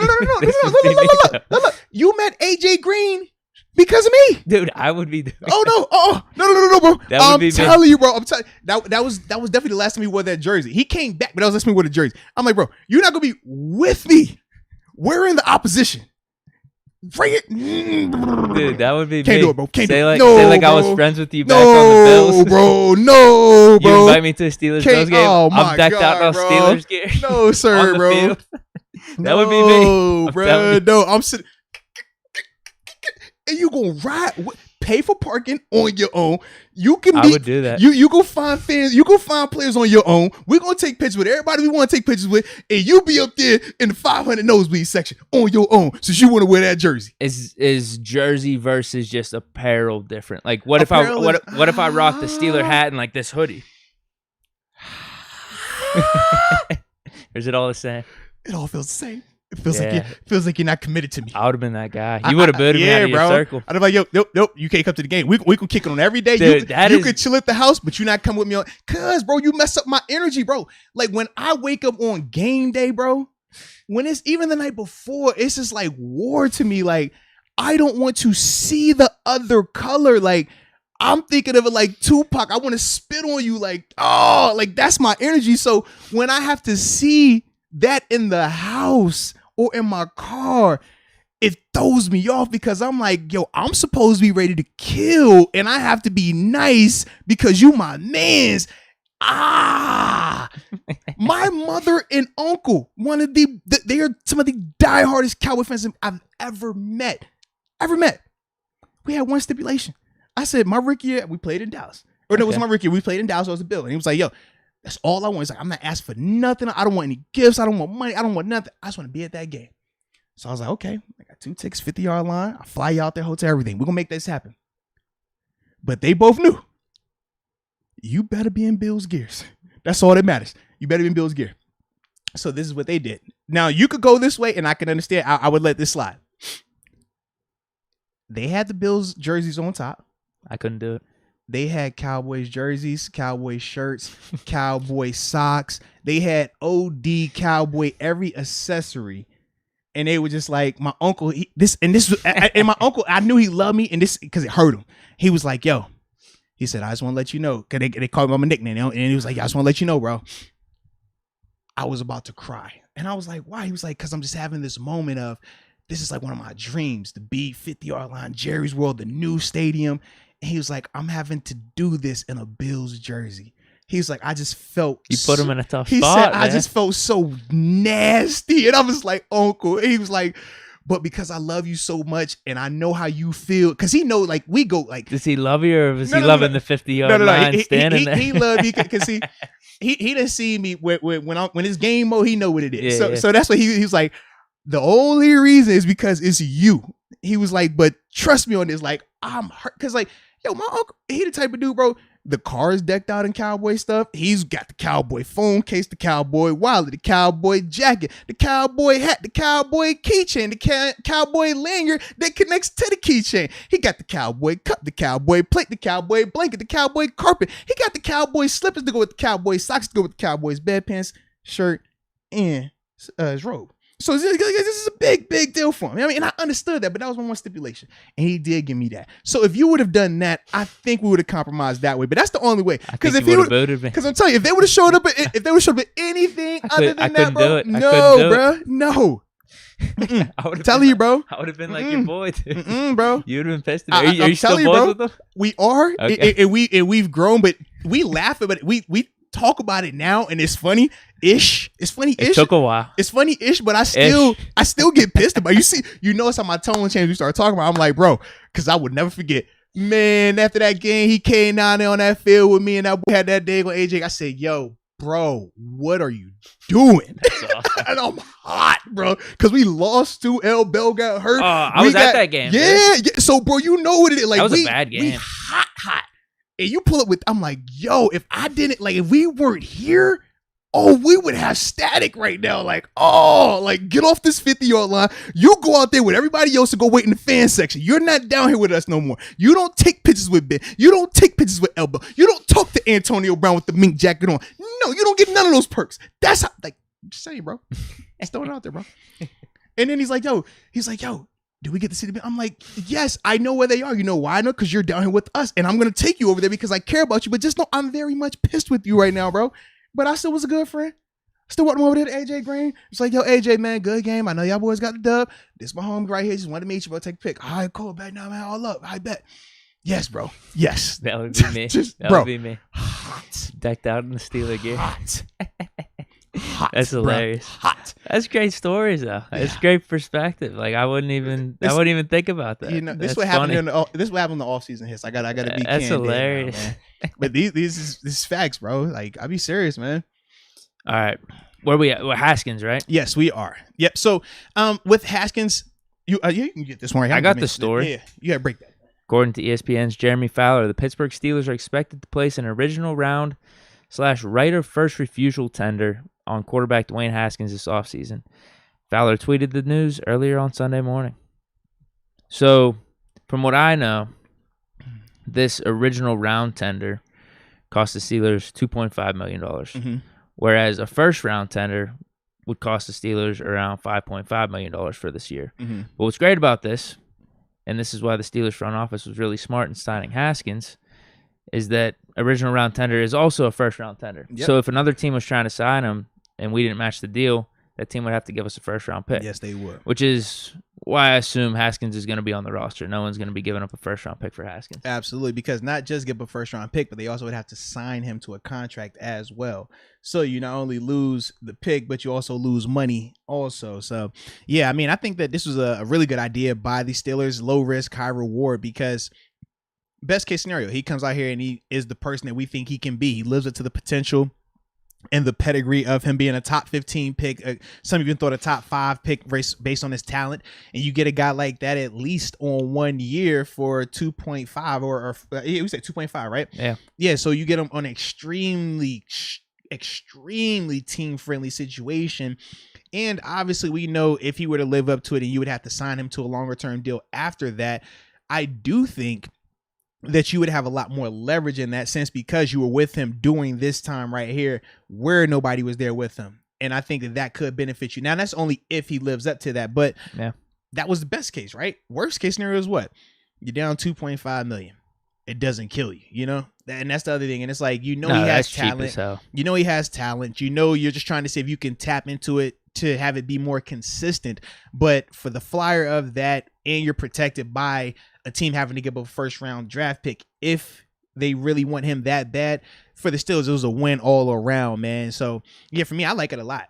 Yeah, I definitely like that a lot, man. I think this was gonna happen no matter what. I just didn't know the logistics of how he was gonna come back this year. Yeah. But since we already have his rights being a restricted free agent, now finding out that this original round tender thing is in existence as opposed to just doing the first round tender. I mean, this is great because it's cheaper 2.5 versus 5.5 as the first round tender. And it seems like, and we were talking about this before, the only reason we were able to do this is because Washington cut him. Because if he was drafted there and stayed there the whole time, he'd be under the original contract. Correct. And he would have an opportunity. Like, this is a really uncommon thing. Yes. And if he, so to give you a little bit more context with it, if he would have never been released from Washington and he stays there, he's never allowed to be tendered as a restricted free agent. He would be unrestricted when he was done. But because he was a first round pick, and with that being a first round pick, he has the 5th year option element. He would go 4 years, and then the team would decide, kind of like we talk about with Devin Bush, option stuff, Terrell Edmonds and things like that, where the team gets to decide on that 5th year. But since he was released, you tear up that contract, and now with the new contract, it's for anybody that, especially with his age. This is also why it plays like this for him being restricted, because he hasn't been in the league for more than 4 years. He's not a vested veteran. That's why he's able to also be a restricted free agent. Whereas most of the time, if a veteran is released, they could sign a 1-year deal and still leave that following year, and the team doesn't have their rights. But because he's not a vested veteran, meaning that he has 4 credited seasons, that's why the team can still have him as a restricted free agent and ultimately tender him, and this loophole works for that. It's rare that this happens with first-round guys, because most of the time first-round draft picks aren't released within the first 4 years. Most teams, they hold on to those guys for at least 4, and then they make a decision with the 5th year option. But with this situation with Haskins, it just worked out like that, where we got an opportunity to get him. And for the cost element of it, risk reward measuring and stuff like that, I like it a lot, man. Yeah, we both said that at the time of the signing, but now it looks even better because we're getting value out of it. Yeah. And he's not even doing anything. Yep. Like, if someone tried to sign him, we got a free first round pick. Absolutely. You know what I mean? You're not losing that. You didn't even do anything. But assuming he's going to be on the roster, that's why, like we said, at $2.5 million, such a low risk. You can't go wrong with that. Dude, man. He's got bank though. First 2 years with Washington, about $14 million total. Yeah. He got some nice checks over there, man. Yeah, he's doing all right. Yeah. Well, you saw when we ran into him, he was Dior and Louis and all that other designer. It's just weird. I didn't know how much he was getting at that 15th pick, but I guess that's still some bank. No. It's good money. I always joke with Bud before he got the mega deal. He was like, yo, Bud, you ain't broke no more, bro. Like, I know what your checks look like, partner. Yes, indeed. Do we want to check Devin Bush's contract real quick? Oh, wow. You wildin' for that, bro. I mean, it's got to be around like $8 million a year, right? Pull it up. Are we checking it? Yeah, because he's a first rounder, so he's definitely getting paid. At number 10. I mean, it ain't like that Dotson thing we talked about. Remember, we was like, oh, he's getting $1 million. It's like, bro, he wasn't even close to $1 million. Devin Bush is getting paid. Is a 4-year, $18 million contract. Okay. Oh, actually, wait, why is... How much was the signing bonus? That has to be it. Because whenever I was looking at Haskins... What's the rookie deal?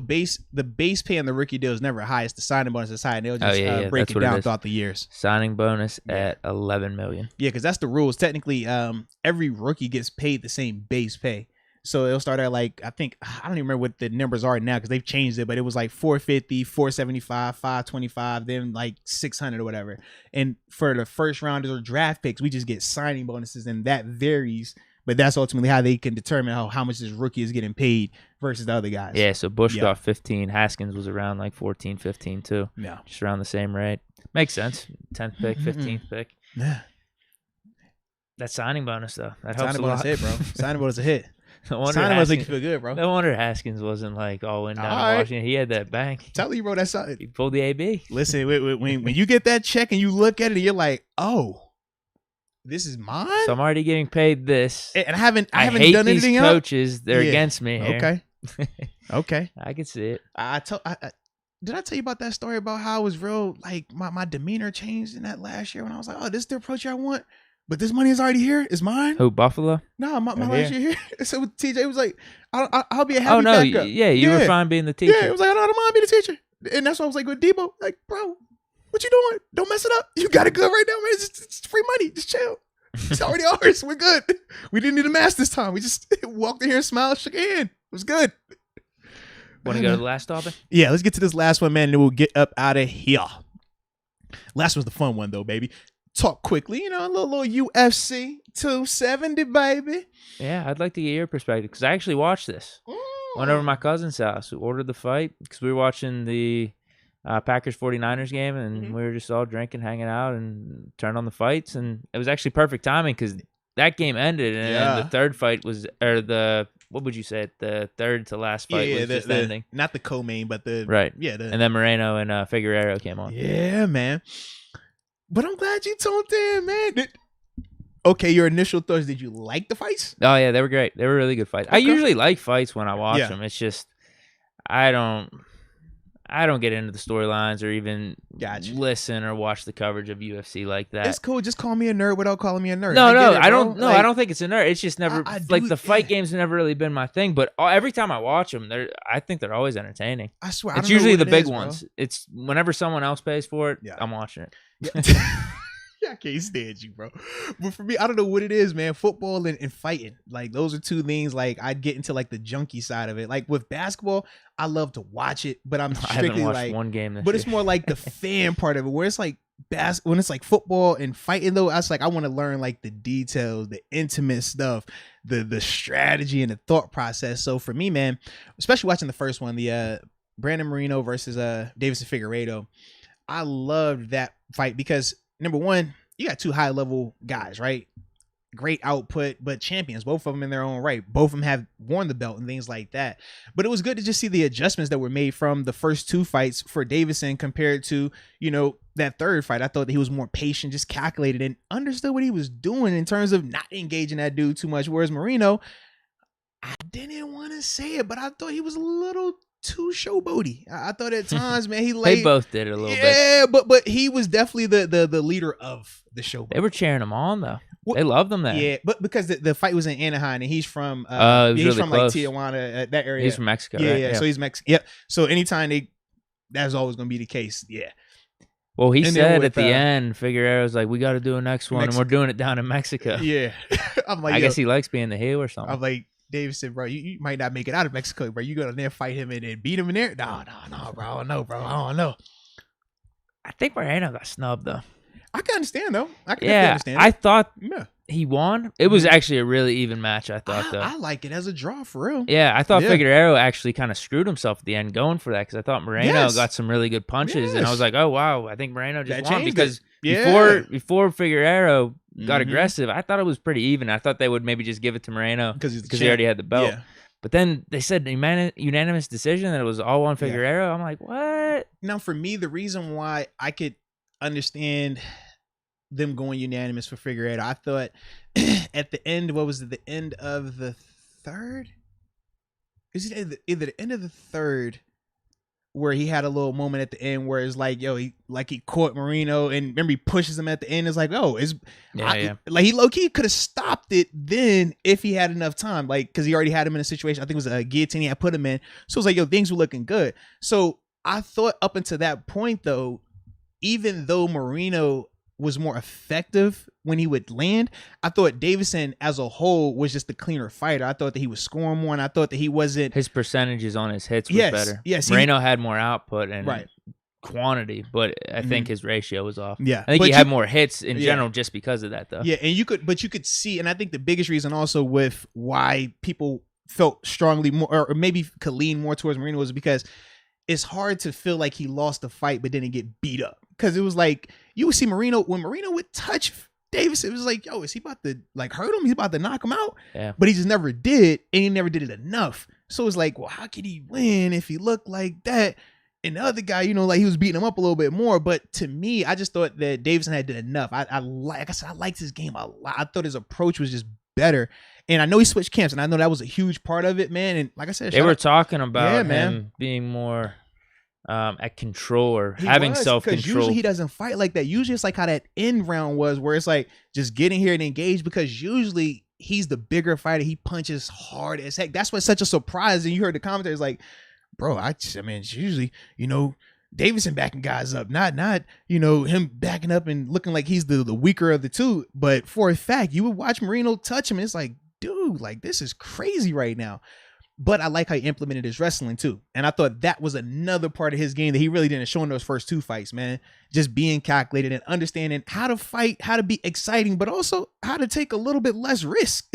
Just try to win. Yeah, try to figure out how to win. Absolutely, man. How about the big fight? The big fight. That was the one, though, man. Francis Ngannou versus Cyril Gane. He smoked him.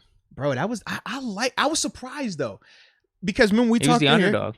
Yeah, he was the underdog. And largely because we didn't know that he had that in his bag. Up until that point, he was the one-punch knockout artist. Now, had he had won in different ways before, sure, but it was so long ago. And with Cyril, I mean, early on in the fight, you look how Cyril looked. Like, that's what we expected. It was pretty even early on, yeah. He could kick, he could punch. I do think that Cyril respected him too much, though. But I guess... He was getting too cute. Yeah. In the sense of, like, not even too cute, but too scared of getting knocked out. Where it's like, man, eventually you just got to say, bro, like, I felt some of his power. He can't hurt me. I got to go fight this fight. And I just never felt like he did that. And then by the time he should have done it, that's when Francis started implementing the wrestling and just grappling him and looking just... You were surprised by that. Yeah. And especially, maybe somebody slammed him? Yeah. Bro, that was filthy. Well, he even got out of some stuff, too. Right. Some submission stuff where it's like, usually you don't think of Francis as a guy that's going to get out of leg locks, heel locks, arm bars, and things like that. Whereas for him, you saw he knew what he was doing. He was calm, too. That's the other part, because typically when you watch these guys that never have that, they panic. You know what I mean? They'll get in those situations where it's like, all right, a guy grabs me, and if they don't have a lot of skill, if they're not black belt in some of the jiu-jitsu and some of the submission stuff, they'll start to do weird stuff. And you're like, no, don't turn this way. Don't turn that way. What are you doing? Yourself over. But for him, you saw he was calm, he was patient. He was walking the way he was supposed to walk in certain things, attacking certain parts of his body in terms of the wrist and things like that. I was like, yo, this is good. Like, you could just tell, like, he's growing and he's evolving. And that is very scary. Now, part of it could, and he was hurt. I saw Richard Stone put that in there as well with the ACL. What? Bro. I heard that after. I was like, wait, did I hear this right? Yes, bro. ACL and MCL. That's why he had the knee pads on, bro. But he's not, like, fighters do it a lot. And they say a lot of fighters, like, they're never, but this the thing, though. They say they're never 100% healthy because you get banged up in training for fighting and stuff like that. Like, even McGregor for Nate Diaz, the first one, his knee was, he had just blood as a MCL. Yeah, like, it happens a lot, bro. Shoot, when McGregor beat Dustin Poirier, McGregor had, I want to say he had a torn ACL then when they first fought, like, a while ago. Yeah, bro. Like, it happens. Guys fight with broken hands. John Jones for Thiago. Oh my goodness, I'm drawing a blank on his last name. I don't know how the ACL thing's possible. Yeah, how is that possible? The one dude tore his ACL in the fight and still fought. Yeah, it's like, it's nuts, bro. Wait, how? Yes, bro. Can you explain that? So what is it with their movement that's different? With the ACL, guys can walk with ACLs. You see guys walk on the field with ACL. You can even jog. Clay Thompson, remember, he tore his ACL in the finals. What did he do? He jogged up and down the court, and they was like, oh, he's good. The problem is laterally. That's the part. You don't have the stability, and you're just going to mess it up. So what Francis said was, Santos, that was his last name. Thank you, Bart Basquiat. But what Francis said was, the doctors told him if he got hit in his knee or kicked, then it could have irreversible damage structurally, and that is the other risk with that. But what he said was he just couldn't switch stances, so he stayed with his right leg back the whole time. So even though most people are like, hey, switch stances, be more fluid, or you could even generate more power, that was part of the reason. Wow. Yeah, but these dudes be tough. But his thing is, a lot of times when fighters pull out of fights, it's because of injury. But fans at times, they get on them about that. And for fighters, if they pull out, they don't get paid either. That's the other part. So you imagine you have a full training camp, you're away from your family, but now you can't fight. You don't get paid. It's not like football where, oh, I didn't play this week, I still got my check. It's different for those dudes, man. Well, two things. One, whenever I first saw Ngannou with the knee pads and they said, oh, he's never done this before, I wonder why. I was like, I'm out. He's going to lose. Oh, yeah, it looks stink, bro. And he looks, it looked like I'm watching old school Chuck Liddell film, bro. I'm like, what is this, man? Yeah, it did look like an old dude just coming back to, like, the park, just play some pickup hoops or something. It was weird. So I was out on that, but he proved me wrong. He was obviously awesome in that. But also, doesn't he hate the UFC? Yeah. We were talking about this the whole time. He feels like he doesn't get paid enough. Yeah. And will this be his last fight, you think? More than likely right now. It's looking like it because Tyson Fury, he tweeted out and he was obviously like, yo, if you want to make some money, like, I'm the one that you want to come holler at. But yeah, it's because of the whole UFC structure. The pay, put context. He could sign another contract with the UFC. He could, yes, but he's a free agent right now, technically. But technically still has the belt too, so he has all options on the table. But to put it in context, he made, I think it was like $600,000 for that title fight. Jeez. Cyril Gane made $500,000. Tyson Fury made $30 million in his fight against Deontay Wilder. Now, granted, it was a trilogy fight, but you just think context. Like that first fight between Wilder and Fury, they still both cleared double-digit M's. This is the heavyweight champ of the world. in UFC, one of the hardest combat sports. Like, I respect the heavyweight champ in UFC more than the heavyweight champ in boxing because boxing is one-dimensional. Yeah. It's like, dude, that man getting 600,000 for that, maybe some pay-per-view points, like that, to me, that is a disservice, and that is largely why he is so frustrated with the promotion. Understood. Yeah. Part of it too, though, you got to say UFC helped him build a name a little bit. Yeah. But there is always a time where you outgrow that type of stuff. Absolutely. Ooh, and before we, all right, well, I had another, Richard Stone had just brought up another name of somebody who had won a fight while he was hurt. Floyd Mayweather, I forgot, when he beat Jose Castillo, I think I say his last name. Yeah, but he beat him with a broken hand. Yeah, for like the whole fight, one hand. It was like, yo, why the fight looked close too. It was like, yo, that's one of the fights people like, yo, Floyd actually probably lost that one. But that was one of the ones he's like, yo, his hand was broke the whole fight. You're like, this is nuts. Yeah. Crazy, bro. Ngannou versus Logan Paul. Oh, God. Oh, yeah. He don't want that one, dude. Nah, bro. Ngannou would just kill him. Yeah. I mean, he would smoke him. He only want to fight little dudes, man. You know that, bro. Well, no, that Logan Paul's the bigger one. You're right. He's the bigger one. Yeah. Jake Paul, but Logan only want to fight Logan for Floyd Mayweather, bro. Yeah. Exactly. He wants to fight little guys. It was Floyd and another YouTuber at some point. He wants to fight little guys, that's all man. He ain't trying to fight no big dude, man. Yeah. I was going to say the money would be there. It would, for that fight. It definitely would. Logan would actually get smoked, so he's probably not going to offer Ngannou a fight. No, but the money fight is Tyson Fury. You're going to get beat, but go in there and do the Mayweather approach, bro. I mean, the Conor McGregor approach. He's well-versed in boxing, though, right? That's what he grew up on. Bro, it is different. I know. 100% that, but from what I've heard, he always liked boxing better anyway. He has a boxing background. Yeah, but Fury's it really is different, bro. Yeah, like I don't even... Unless he was doing that the whole time. Right, because to me... I think that Ngannou's going to look worse than Deontay Wilder footwork-wise, and like in terms of just being a pure boxer, because it's different. Yeah, absolutely, bro. Gotcha. Yeah. Was that all we got for the UFC? I thought they were good, though. I did too, man. I definitely enjoyed it, man. But yeah, I think that is it for our UFC. All right. I will go through one last time and see where we are at. Okay. All right. Yeah, we just had two left. So I'll get these two. And after that, man, we'll be out. 92. Yeah, and it's 7:21. Lord. All right. So Brilla 92 says, sorry for your loss, Moats. Especially since you actually seemed sad. Was rooting for your Bills. I'm sick of Mahomes. These AFC quarterbacks are wild. Yeah, this next generation of AFC QBs is like filthy right now, bro. I'm excited about it. Hopefully we get us a good one. You're not excited because we're on the other end of it right now. That's all. We used to be a part of that. Let's see what Haskins can do. Yeah, we used to be a part of those AFC conversations. So excited about the AFC quarterbacks. Now we like, bro, we ain't got to. Can we talk running backs? Let's talk running backs. I love running backs. We're big running back guys. Yeah. But I was actually sad. Because remember, mine was a 2.5 times more than every Steeler fan, okay? So for all you Steeler fans out there that are only Steeler fans, consider yourselves lucky because y'all didn't have the 2.5 sadness that I've had to endure in these, past 24 hours. Dude, I've lost 3 times in 2 weeks. Like, just think about it. You only lost once. You lost once in a week. I lost 3 times in 2 weeks, bro. I'm hurting. It hurts me. That's all. Okay. Last one right here. Shout out to the homie G Alexander. He says, my YouTube fresh off to Mars. Get Rob Ryan. I'm sorry, that was my voice for you. You know how you be doing. Rob Ryan. Hell no. Because he on Mars right now. That's probably why he said it anyway, man. But we got love for you, G. But yeah, I'm cool on Rob. Rex, yes. Rob, no. But I'd even settle for Mike Patton. I don't think that could be I think that could work too, man. Just from personal experiences as well with him. So yeah, with that being said, little baby, we are good. So remember what we said, 100th live episode coming up on this Wednesday, showtime 4:00. I'm throwing it out there now. All right. We're going to be doing the giveaways. Like I said, I got to sign Arthur Moats jersey, copy of the book, Most of Your Life, Starbucks gift card we giving away. We also got the promo code for the Teespring site where we got all the merchandise and the new merchandise, the new t-shirt, coffee mug, Yeti cup as well, man. Get a little, yes, indeed. Have a little fun with that thing. Arthur Moats Experience with Deke. But if you use the promo code Moats and the number 100, so Moats 100, get you 15% off of all your purchases on Teesprings as you're supporting the show. So now that we have cleared everything, we've talked about all our stuff, we shouted out DraftKings, we're going to get up out of here. So appreciate you for tuning in. And until next time, baby. Peace.